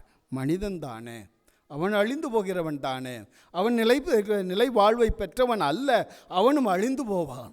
ஆனால் அழியாத கடவுள் அவர் ஒருவரே. அதற்கு அடுத்தபடியாக இணைச்சட்ட நூல் 31வது அதிகாரம் 8வது வசனம். ஆண்டவரே உனக்கு முன் செல்வார், அவர் உன்னோடு இருப்பார், அவர் உன்னை விட்டு விலக மாட்டார், அவர் உன்னை கைவிடவும் மாட்டார், அஞ்சாதே திகைக்காதே. மனவேதனையோடு அனுபவிக்கிற மக்களாகிய நமக்கு கடவுள் சொல்லுகிற இந்த வசனங்கள் தான் இந்த வாரத்தில் நமக்கு உந்து சக்தியை கொடுக்கும். கடவுள் நம்மை விரும்புகிறார், கடவுள் நம்மை அன்பு செய்கிறார், கடவுள் நம்மை மீண்டும் மீண்டும் அவருடைய பாதத்தில் வர வைக்கிறார். புனித வாரத்தில் குடும்பமாக அமர்வோம், குடும்பமாக திருப்பலியில் பங்கெடுப்போம், குடும்பமாக ஆண்டவருடைய மாட்சியை காண்போம். ஆமென்.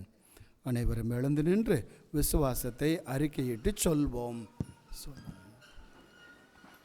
விண்ணகத்தையும் மண்ணகத்தையும் படைத்த எல்லாம் வல்ல தந்தையாகிய கடவுளை நம்புகிறேன்.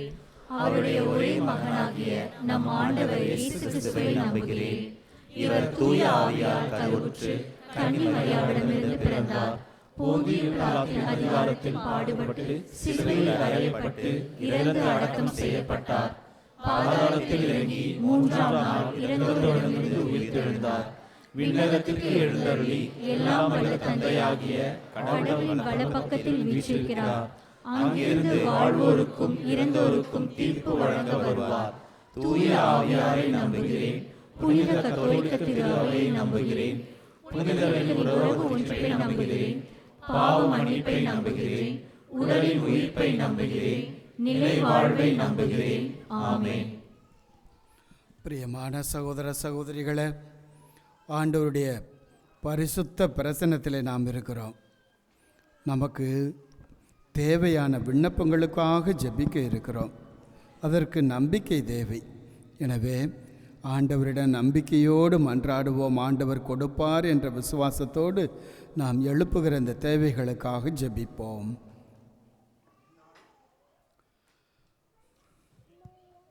எந்நாளும் எங்களை வழிநடத்தும் அன்பு தெய்வமே, திரு அவையை வழிநடத்தும் திருத்தந்தை, ஆயர்கள், குருக்கள் மற்றும் துறவரத்தார் அனைவரையும் ஆசிர்வதியும்.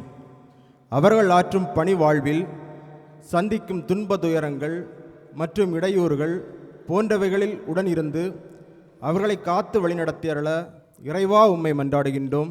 எல்லாம் வல்ல இறைவா, எங்கள் மன்றாட்டை கேட்டருளும்.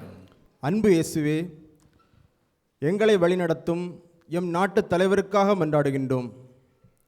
இந்த போர்க்கால சூழல்களை எதிர்கொள்ளக்கூடிய ஞானத்தை அவர்களுக்கு அளித்து நாட்டையும் மக்களையும் அமைதி வழியில் வழிநடத்திட உம் அருளை வழங்கிட வேண்டி உம்மை மன்றாடுகின்றோம். எல்லாம் வல்ல இறைவா, எங்கள் மன்றாட்டை கேட்டருளும். அன்பு தெய்வமே, உலக அமைதிக்காக மன்றாடுகின்றோம்.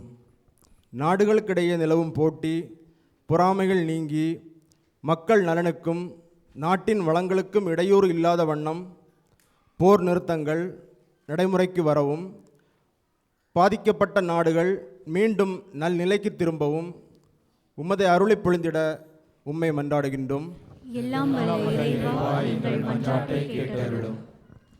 அன்பு தெய்வமே, புனித வாரத்தில் நுழைகின்ற நாங்கள் உமது பாடுகளையும் இறப்பையும் சிந்தித்த எங்கள் வாழ்க்கையில் மாற்றம் கண்டு எங்களுடைய பாவ வாழ்க்கைகளை களையவும் உமது அருளின் துணையால் புதிய மனநிலை பெற்றவர்களாக உமக்கு ஏற்றவர்களாய் வாழ வேண்டிய வரம் அருள உம்மை மன்றாடுகின்றோம்.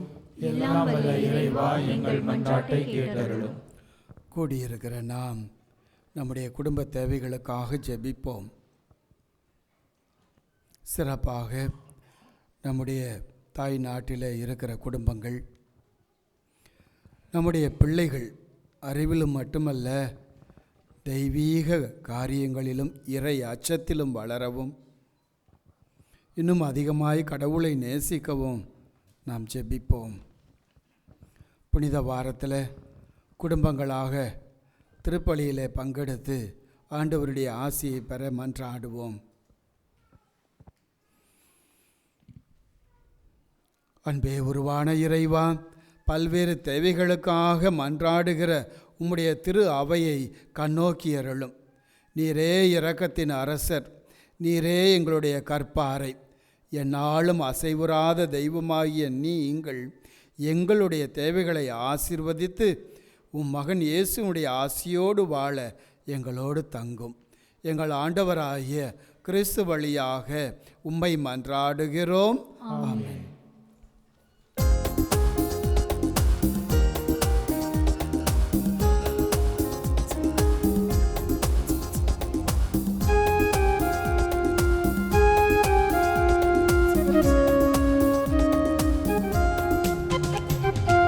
இருப்பதெல்லாம் கொடுத்து விட்டேன், என்னிடம் எதுவும் இல்லை. என்னை முழுதும் அர்ப்பணித்தேன், இழப்பதில் கவலை இல்லை. அழைப்பவர் அவர் பின்னே, என் சிலுவையை சுமந்திடுவே. கல்வாரி மேடையிலே பலி பொருளாய் மாறிடுவே. இருப்பதெல்லாம் கொடுத்து விட்டே, என்னிடம் எதுவும் இல்லை. என்னை முழுதும் அர்ப்பணித்தே, இழப்பதில் கவலை இல்லை.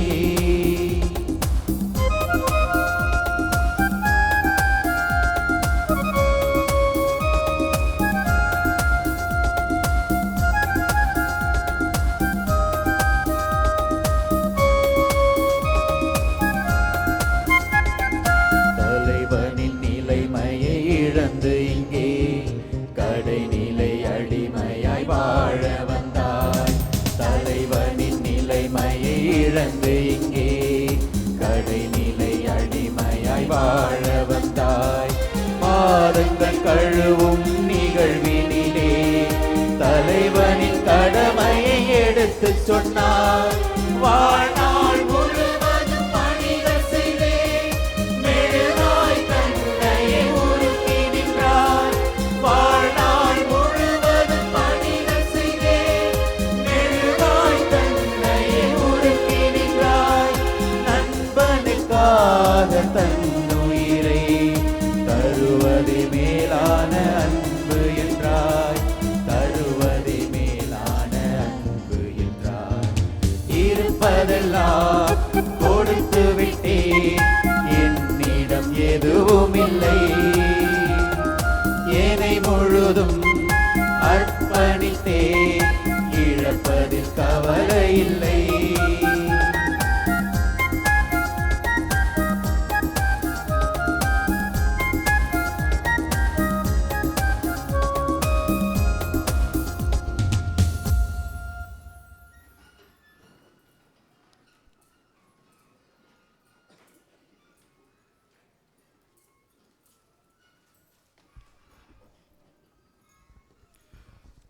சகோதர சகோதரிகளே, என்னுடையதும் உங்களுடையதுமான இப்பலி எல்லாம் வல்ல தந்தையாகிய இறைவனுக்கு ஏற்றதாகும்படி மன்றாடுங்கள்.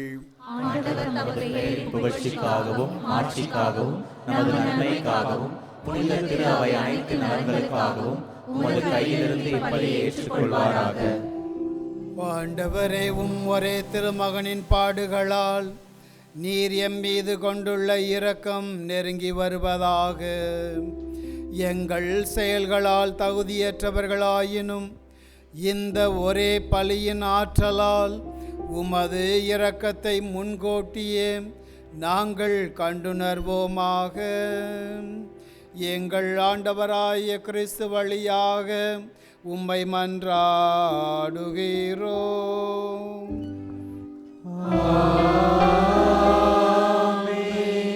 ஆண்டவர் உங்களோடு இருப்பாராக. உம் ஆன்மாவோடும் இருப்பாராக. இதயங்களை மேலே எழுப்புங்கள். ஆண்டவரிடம் எழுப்பியுள்ளோம். நம் இறைவனாகிய ஆண்டவருக்கு நன்றி கூறுவோம். அது தகுதியும் நீதியும் ஆனதே. ஆண்டவரே, தூயவரான தந்தையே, என்றும் உள்ள எல்லாமல்ல இறைவா, எங்கள் ஆண்டவராகிய கிறிஸ்து வழியாக எந்நாளும் எவ்விடத்திலும் நாங்கள் உமக்கு நன்றி செலுத்துவது மெய்யாகவே தகுதியும் நீதியுமாகும். எங்கள் கடமையும் மீட்புக்குரிய செயலுமாகும். மாசற்ற கிறிஸ்து பாவிகளுக்காக பாடுபடவும் தீயோரின் மீட்புக்காக அநீதியாக தீர்ப்பிடப்படவும் திருவுளமானார். அவரது இறப்பு எங்கள் பாவங்களை போக்கியது. அவரது உயிர்த்தெழுதல் எங்களை உமக்கு ஏற்புடையவர்கள் ஆக்கியது. ஆகவே நாங்கள் வானதூதர் அனைவரோடும் சேர்ந்து உம்மை புகழ்ந்து போற்றி அக்களித்து கொண்டாடி ஆர்ப்பரித்து பாடுவதாவது: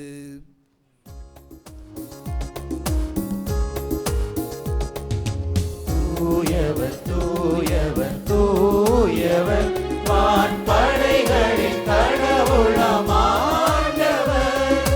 விண்ணகமும் மண்ணகமும் உமது மாட்சியால் நிறைந்துள்ளன. உன்னதங்களிலே ஓசானா, உன்னதங்களிலே ஓசானா. ஆண்டவர் பெயரால் வருகிறவர் ஆசி பெற்றவர்.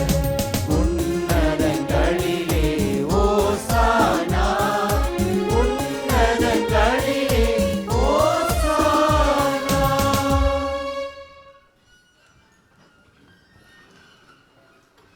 ஆண்டவரே, நீர் மெய்யாகவே தூயவர், தூய்மை அனைத்திற்கும் ஊற்று. ஆகவே உம்முடைய ஆவியை பொழிந்து இக்காணிக்கைகளை தூய்மைப்படுத்த வேண்டுகிறோம். இவ்வாறு எங்கள் ஆண்டவர் இயேசு கிறிஸ்துவின் உடலும் இரத்தமுமாக எங்களுக்கு இவை மாறுவனவாக. அவர் பாடுபட உளம்கனிந்து தம்மை கையளித்த போது அப்பத்தை எடுத்து நன்றி செலுத்தி அதை பிட்டு தம் சீடர்களுக்கு அளித்து அவர் கூறியதாவது: அனைவரும் இதிலிருந்து பெற்று உண்ணுங்கள், ஏனெனில் இது உங்களுக்காக கையளிக்கப்படும் என் உடல்.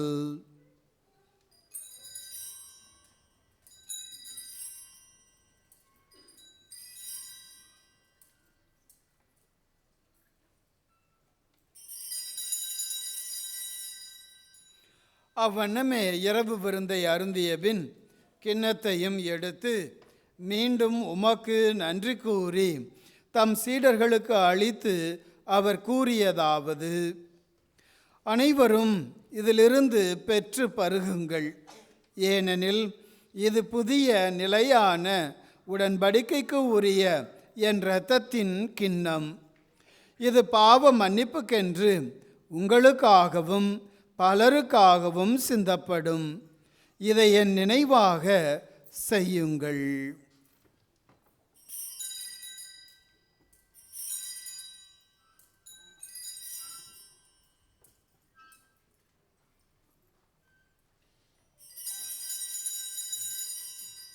நம்பிக்கையின் மறைபொருள். ஆண்டவரே, நீர் வருமளவும் உமது இறப்பினை அறிக்கையிடுகின்றோ, உமது உயிர்ப்பினையும் எடுத்துரைக்கின்றோ. ஆகவே ஆண்டவரே, நாங்கள் கிறிஸ்துவின் இறப்பினையும் உயிர்ப்பினையும் நினைவுகூர்ந்து வாழ்வு தரும் அப்பத்தையும் மீட்பு அளிக்கும் கிண்ணத்தையும் உமக்கு ஒப்புக்கொடுக்கின்றோம். உம் திருமுன் நின்று உமக்கு ஊழியம் புரிய தகுந்தவர்கள் என எங்களை ஏற்றுக்கொண்டீர். எனவே உமக்கு நன்றி செலுத்துகின்றோம். மேலும் கிறிஸ்துவின் உடலிலும் இரத்தத்திலும் பங்கு கொள்ளும் எங்களை தூய ஆவியார் ஒன்று சேர்க்க வேண்டுமென உம்மை தாழ்மையுடன் மன்றாடுகின்றோம். ஆண்டவரே, உலகெங்கும் பரவியிருக்கும் உமது திரு அவையை நினைவு கூர்ந்தருளும். எங்கள் திருத்தந்தை இல்லையோ, எங்கள் ஆயர் பவுலோ, எல்லா திருநிலையினர் ஆகிய அனைவரோடும் உமது திரு அவை அன்பில் நிறைவு பெற செய்தருளும்.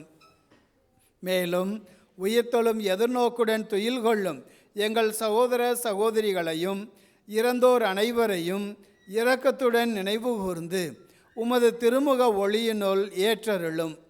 எங்கள் அனைவர் மீதும் இரக்கமாயிரும். கடவுளின் கன்னி தாயான புனித மரியா, அவருடைய கணவரான புனித யோசேப்பு, புனித திரு தூதர்கள், இவ்வுலகில் உமக்கு உகந்தவராயிருந்தோராகிய புனிதர்கள் அனைவருடனும் நாங்கள் நிலைவாழ்வில் பங்கு கொள்ளும் தகுதி பெற்று உம் திருமகன் இயேசு கிறிஸ்து வழியாக உம்மை புகழ்ந்தேத்தும் வரமருள உம்மை மன்றாடுகின்றோம்.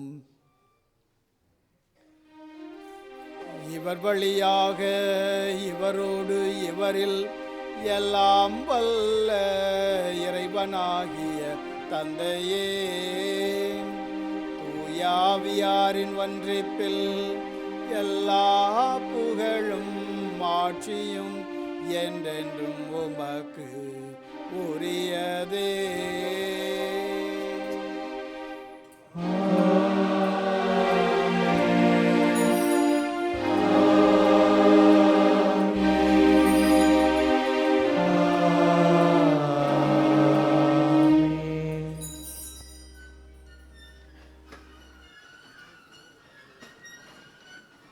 மீட்பரின் கட்டளையால் கற்பிக்கப்பட்டு இறை படிப்பினையால் பயிற்சி பெற்ற நாம் துணிந்து சொல்வோம். விண்ணுலகில் இருக்கின்ற எங்கள் தந்தையே, உமது பெயர் தூயதென போற்ற பெறுக. உமது ஆட்சி வருக. உமது திருவுள்ளம் விண்ணுலகில் நிறைவேறுவது போல மண்ணுலகிலும் நிறைவேறுக. எங்கள் அன்றாட உணவை இன்று எங்களுக்கு தாரும். எங்களுக்கு எதிராக குற்றம் செய்வோரை நாங்கள் மன்னிப்பது போல எங்கள் குற்றங்களை மன்னியும். எங்களை சோதனையில் விழவிடாதேயும், தீமையிலிருந்து எங்களை விடுவித்தருளும். ஆண்டவரே, தீமை அனைத்திலும் இருந்து எங்களை விடுவித்து எங்கள் வாழ்நாளில் அமைதியை கனிவுடன் அருள உம்மை மன்றாடுகின்றோம். உமது இரக்கத்தின் உதவியால் நாங்கள் பாவத்திலிருந்து எப்போதும் விடுதலை பெற்று யாதொரு கலக்கமும் இன்றி நலமாயிருப்போமாக. நாங்கள் எதிர்நோக்கி இருக்கும் பேரின்பத்துக்காகவும் எம் மீட்பராகிய இயேசு கிறிஸ்துவின் வருகைக்காகவும் காத்திருக்கின்றோம். ஆட்சியும் வல்லமையும் ஆட்சியும் என்றென்றும் உமதே. ஆண்டவரே இயேசு கிறிஸ்துவே, அமைதியை உங்களுக்கு விட்டு செல்கிறேன், என் அமைதியையே உங்களுக்கு அளிக்கிறேன் என்று உம் திருத்தூதர்களுக்கு மொழிந்தீரே. எங்கள் பாவங்களை பாராமல் உமது திரு அவையின் நம்பிக்கையை கண்ணோக்கி உமது திருவுளத்திற்கு ஏற்ப அதற்கு அமைதியையும் ஒற்றுமையையும் அளித்தருள்வீராக. என்றென்றும் வாழ்ந்து ஆட்சி செய்கின்றவர் நீரே. ஆண்டவருடைய அமைதி உங்கள் அனைவரோடும் என்றும் இருப்பதாக. கிறிஸ்து தருகிற அமைதியை ஒருவர் மற்றவரோடு பகிர்ந்து கொள்வோம். சமாதானம்.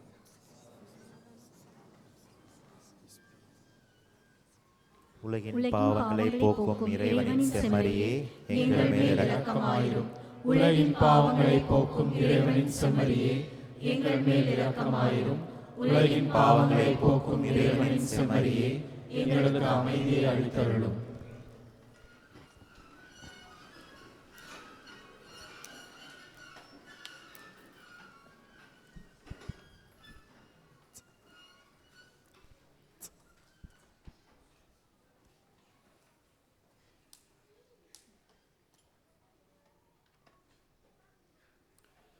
இதோ இறைவனின் செம்மறி, இவரே உலகின் பாவங்களை போக்குபவர்.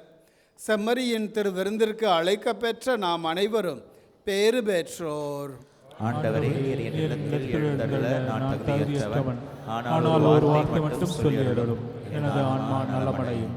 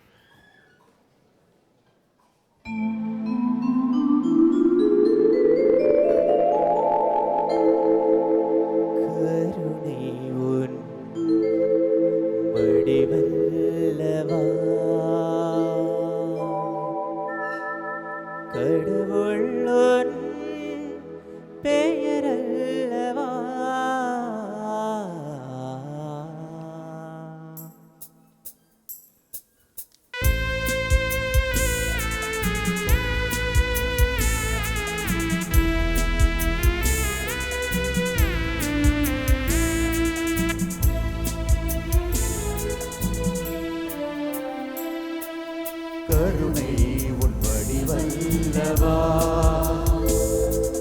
கடவுள் உன் பெயரல்லவா, கடந்தாடும் உள்ளத்தின் உள்வாழ்வவா, கருணை உன் வடிவல்லவா. வானம் பறந்தாடும் அங்கு உன் மேன்மை தங்கும், கடலாடும் சென்றாலும் உன் ஞானம் பொங்கும், எங்கெங்கும் தெய்வீக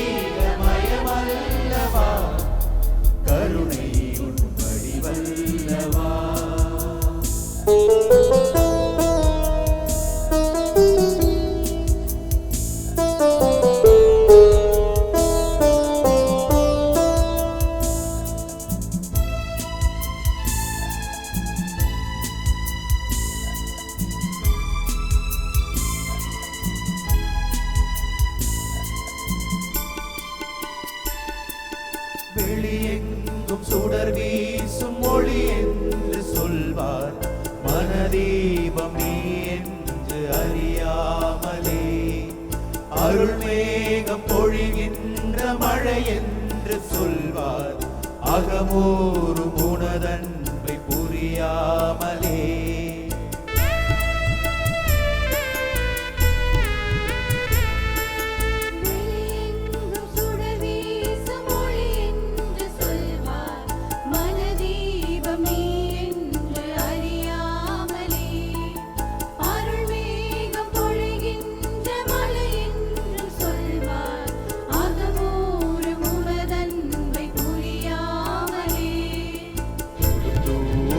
இருந்தாலும் நீதான் என்றே உணராத நிலை மாற்றுவாயோ.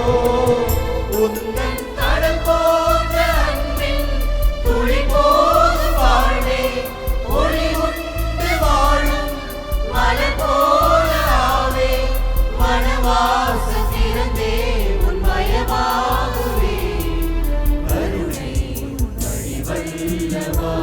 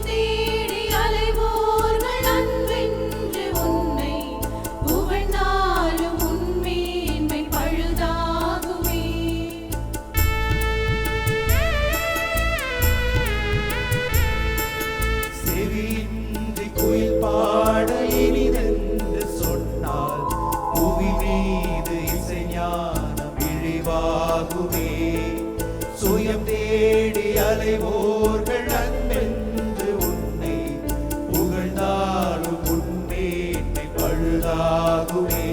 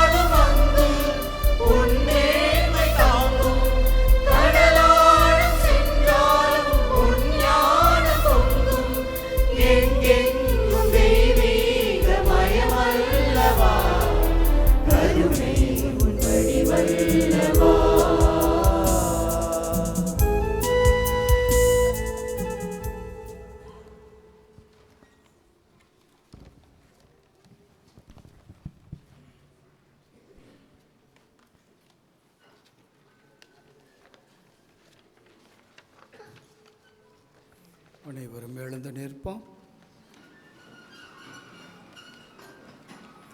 மன்றாடுவோமாக.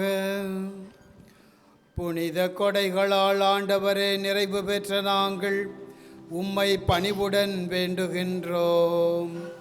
அதனால் நாங்கள் நம்புவதை திருமகனின் இறப்பினால் எதிர்நோக்கி இருக்க செய்த நீர், நாங்கள் நாடுவதை அவரது உயிர்ப்பினால் வந்தடைய செய்தருளும். எங்கள் ஆண்டவராய கிறிஸ்து வழியாக உம்மை மன்றாடுகிறோ.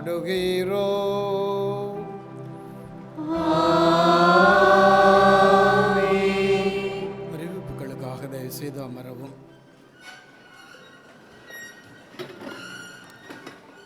பிரியமான மக்களே, நீங்கள் எல்லாரும் இருக்கும்போது கடவுளுக்கு தான், திரு அவைக்கு தான் ஆட்சி. திருச்சபை ஒன்று கூடுகிற போதெல்லாம் அன்னை மாமரியுடைய பிரசன்னம் இருக்கிறது. திருச்சபை ஒன்று கூடுகிறது போதெல்லாம் ஆண்டவர் இயேசுடைய தலைமையில் தான் நாம் ஒன்று கூடுகிறோம். எனவே இந்த புனித வாரத்தை ஒரு எஸ்எம்டிசி சமூகமாக நாம் இணைந்து இந்த நாளை நாம் நிறைவு செய்திருக்கிறோம். இனி வருகிற நாட்களிலே இந்த புனித வாரமானது அதனுடைய மாட்சியை காண்பதற்காக நாம் சேர்ந்து பயணிக்கப் போகிறோம். எனக்கு தெரிந்த அளவில் கடந்த 40 நாட்களில் ஒரு சில பேர் ஒரு சந்தியும் சுத்தபோசனமும் அனுசரிப்பீர்கள். ஒரு சில நேரங்களில் மனித பலவீனம் வருவதால் நாம் அதை இழந்திருக்கிறோம். ஒரு சில நேரத்தில் என்னால் முடியல ஃபாதர், ஆரம்பித்தேன் முடியல. ஆனால் கடவுள் இன்று நமக்கு ஞாபகப்படுத்துகிறார், நாளையிலிருந்து ஆரம்பிங்க. சரியா? 40 நாளில் முடியல, தொடர்ந்து இருக்கிறவங்களுக்கு பாராட்டுகள்.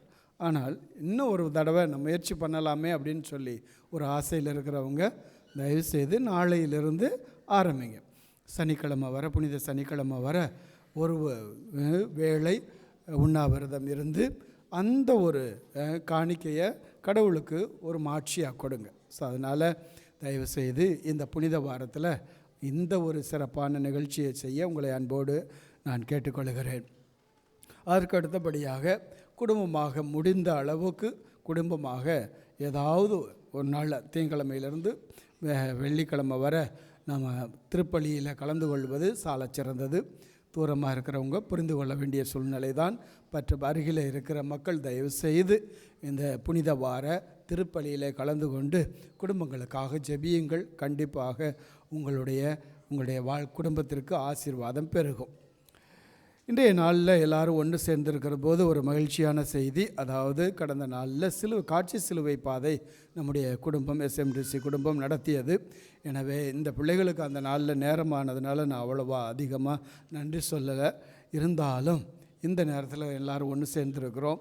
இந்த காட்சி சிலுவை பாதையை சிறப்பித்த decoration team, media team, choir, visual display, light and sound, நம்முடைய யூத் பிள்ளைங்க இதனுடைய பங்களிப்பு நிறைய இருந்திருக்கிறது. எனவே பிரான்சிஸ்கன் இளையோர் சமூகம், நம்முடைய பிள்ளைங்கள், இவங்களுடைய பங்களிப்புக்கு நன்றி. அதற்கு அடுத்தபடியாக வாலண்டியர்ஸ், அதற்கு அடுத்தபடியாக கல்ச்சுரல் டீம், இதையெல்லாம் மனதில் வைத்து தியானித்து ஒரு அழகான ஒரு நிகழ்ச்சியை நமக்கு கொடுத்துருக்குறாங்க. காட்சி சிலுவை பாதை வழியாக நம்மளையும் சிந்திக்க வைத்திருக்கிறாங்க. இதில் நடித்த அத்தனை நல்ல உள்ளங்கள், பங்கெடுத்த நல்ல உள்ளங்கள் அனைவரையும் நான் நினைத்து பார்க்கிறேன். எனவே நம்முடைய எஸ்எம்டிசி சமூகத்தில் யூடியூப் சேனலில் இது வந்திருக்கிறது. தயவுசெய்து கொஞ்சம் பாருங்கள், சரிங்களா? நம்முடைய பிள்ளைகளுடைய பங்களிப்பு எதுக்காக அப்படின்னா, யார் நடித்தாங்கிறத காட்டிலும் அதில் இருக்கிற தீம், அதில் இருக்கிற படைப்பு, அதில் இருக்கிற சிந்தனை, அதை கொஞ்சம் தியானிக்க நான் உங்களை அன்போடு கேட்டுக்கொள்கிறேன். எனவே மீண்டுமாய் உங்கள் அனைவரையும் எந்த மக்களுக்கு கரவொலி எழுப்பி நன்றி சொல்லி நான் பாராட்டுக்களை தெரிவித்துக் கொள்கிறேன். May God bless you.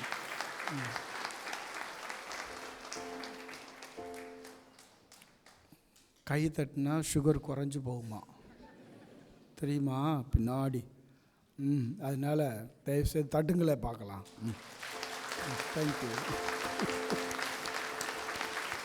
Thank you. God bless you. அதற்கு அடுத்தபடியாக இன்றைய திருப்பலியை சிறப்பித்த எஸ்எம்டிசி டீம் அனைத்து மக்களுக்கும் நன்றி சொல்ல நாம் கடமைப்பட்டிருக்கிறோம். எனவே இதை நல்ல விதத்தில் தயாரிப்பு செய்து எல்லா ஒரு பவனியையும் நிறைவுக்கு கொண்டு வந்திருக்கிறோம். எனவே இதில் இருக்கிற எல்லா மக்களுக்கும் நான் நன்றி சொல்கிறேன். கடவுள் உங்களை ஆசீர்வதிப்பார். தொடர்ந்து நாம் இந்த மாதிரி நல்ல காரியங்களில் நம்முடைய பங்களிப்பு தேவையாக இருக்கிறது. நான் குறிப்பிட்டு யாரையும் சொல்ல விரும்பலை. எல்லா மக்களும் கலந்துருக்கிறீங்க, எல்லா மக்களும் ஒரு வகையில் உங்களுடைய பங்களிப்பை கொடுத்துருக்கிறீங்க. எனவே God bless you. May our blessed mother intercede and bless you. வருகிற பெரிய வியாழன் மாண்டி தேர்ஸ்டே அன்று தமிழில் திருப்பலி இல்லை. அன்றைய தினம் ஆங்கிலத்தில் திருப்பலி நடைபெறுகிறது. கொஞ்சம் வெப்சைட்டை பார்த்துக்கோங்க, சரிங்களா? 2 திருப்பலிகள் உண்டு. மாண்டி தேர்ஸ்டே அன்றைக்கு மதியம் ஒரு 3 மணிக்கு நினைக்கிறேன், அதற்கு அடுத்தபடி 6 மணிக்கு என்று நினைக்கிறேன். தயவுசெய்து கொஞ்சம் வெப்சைட்டை பார்த்து இதில் திருப்பலியில் பங்கெடுக்க உங்களை அன்போடு கேட்டுக்கொள்கிறேன். அதற்கு அடுத்தபடியாக புனித வெள்ளிக்கிழமை அன்று, குட் ஃப்ரைடே அன்று நாம் எல்லாரும் தமிழ் சமூகத்துக்கு ஒதுக்கப்பட்ட இடம் இந்த மெயின் ஹால், இந்த இடத்துல தான் காலையில் 8 மணிக்கு. அப்போ 8 மணிக்கு அப்படின்னு சொன்னால் நாம் முன்கூட்டியே வந்துடணும். தயவுசெய்து ஒரு 7:30 மணிக்கெல்லாம் இங்கே உள்ள வர முயற்சி எடுங்க. காரணம் என்ன அப்படின்னு சொன்னால், நம்ம 8 மணிக்கு ஆரம்பித்தா தான் 10 மணிக்கு சரியாக முடிக்க முடியும். நமக்கு பின்னாடி நம்முடைய ஸ்ரீலங்கன் குரூப் அவங்க உள்ள இந்த ஹாலை பயன்படுத்துகிறாங்க. எனவே அவங்களுக்கு நம்ம தடையாக இருக்கக்கூடாது. எனவே நம்ம 10 மணிக்கு முடித்தோம்னா ஒரு அரை மணி நேரத்தில் நம்ம சிலுவையை முத்தி செஞ்சுட்டு நம்ம வீட்டுக்கு செல்லலாம். ஸோ அதனால் தயவுசெய்து உங்களை எல்லாரையும் பணிவோடு கேட்டுக்கொள்வது, ஒரு 7:30 7:45 மணி அளவில் இங்கே இருக்க முயற்சி எடுங்க. May God bless you. அவ்வளவுதான். அதற்கு அடுத்தபடியாக ஈஸ்டர் திருப்பலி அதே போல் 2 அந்த சனிக்கிழமை அன்று மாலை 3 மணிக்கும் மாலையில் 6 மணிக்கும் நடைபெறும். மாலையில் 8 மணிக்கு நடைபெறும். அதனால் இதில் கொஞ்சம் வெப்சைட்டில் பார்த்து உங்களுக்கு வாட்ஸ்அப்பில் அனுப்புவாங்க. அதை கொஞ்சம் பார்த்து அந்த திருப்பலிகளில் கலந்து கொண்டு குடும்பத்தோடு பங்கெடுக்க உங்களை அன்போடு கேட்டுக்கொள்கிறேன். வேறு ஏதாவது உண்டா? ஓகேயா, வீட்டுக்கு போகலாமா? பசிக்குது தானே? ஆமாம், அதை ப்ளீஸ் கெட் அப். ஆண்டவர் உங்களோடு இருப்பாராக, ஆன்மாவோடும் இருப்பாராக. தலை வணங்கி மன்றாடுவோம். ஆண்டவரே, உம்முடைய இந்த குடும்பத்திற்காக எங்கள் ஆண்டவர் இயேசு கிறிஸ்து துன்புறுவோருக்கு தம்மை கையளிக்கவும் சிலுவையின் கொடுமையை தாங்கிக் கொள்ளவும் தயங்கவில்லை. நீர் இந்த குடும்பத்தை கண்ணோக்கி அருள் புரிவீராக. என்றென்றும் வாழ்ந்து ஆட்சி செய்கின்ற அவர் வழியாக உம்மை மன்றாடுகிறோம். எல்லாம் வல்ல இறைவன் தந்தை, மகன், தூயாவியானவர் உங்களை நிறைவாய் ஆசீர்வதிப்பாராக. சென்று வாருங்கள், திருப்பலி நிறைவேறிற்று. God bless you. Good night. Thank you.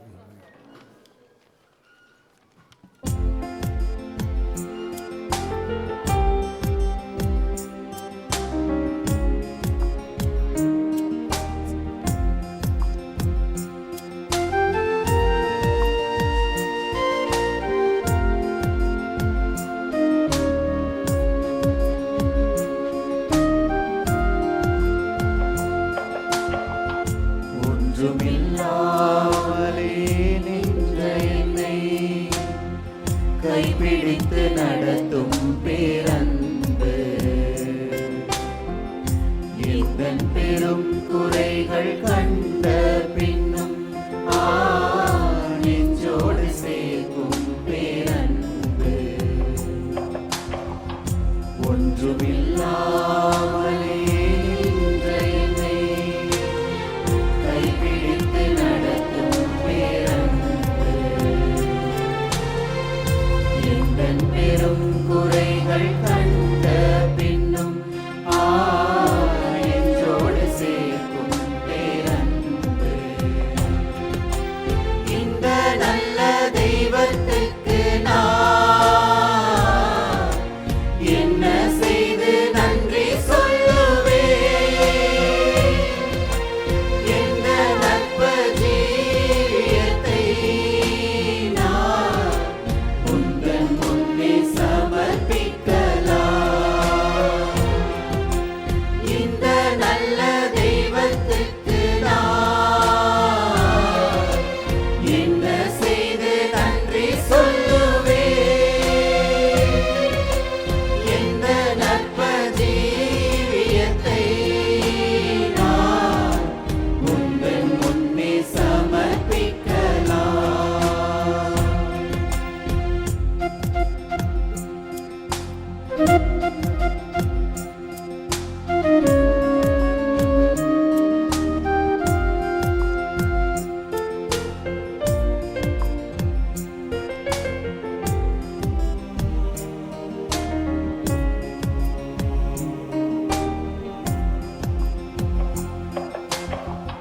போன நாட்கள் தந்த வேதனைகள் உம் அன்புதான் என்று அறியவில்லையே.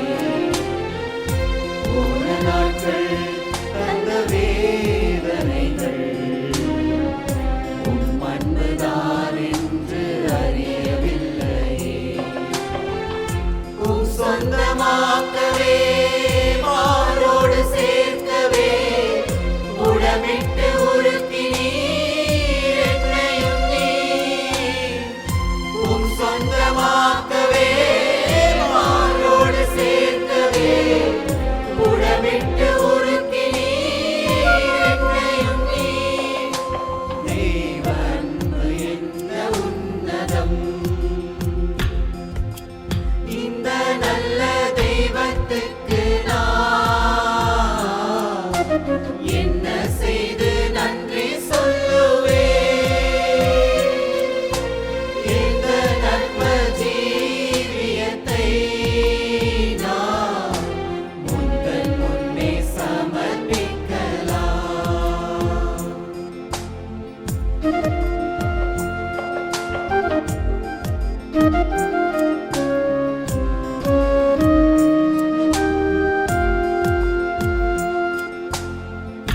ஆழ்மனதின் துக்கபாரமெல்லாம்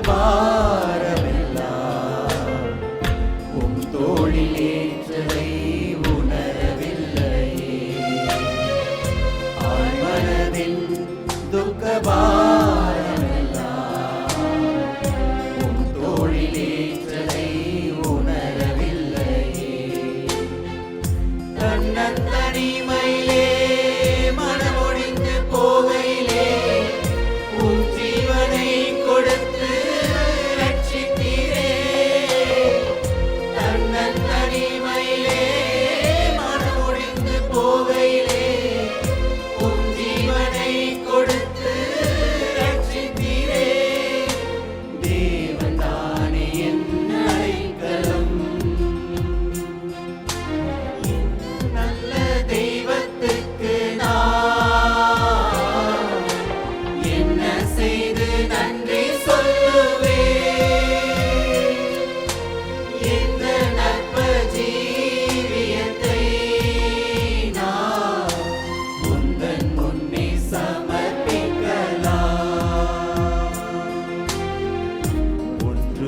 ஒன்றுமில்லாமலே நின்ற என்னை கைப்பிடித்து நடத்தும் பேரன்பு,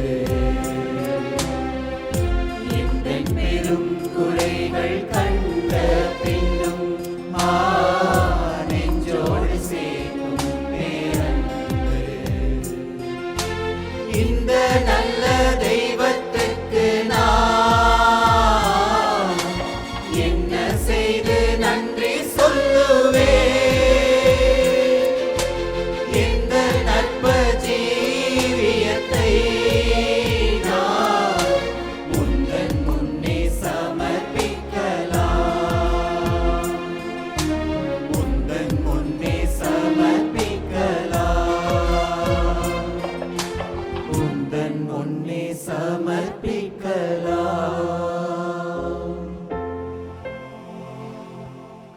தந்தை மகன் தூய ஆவியின் பெயராலே ஆமென்.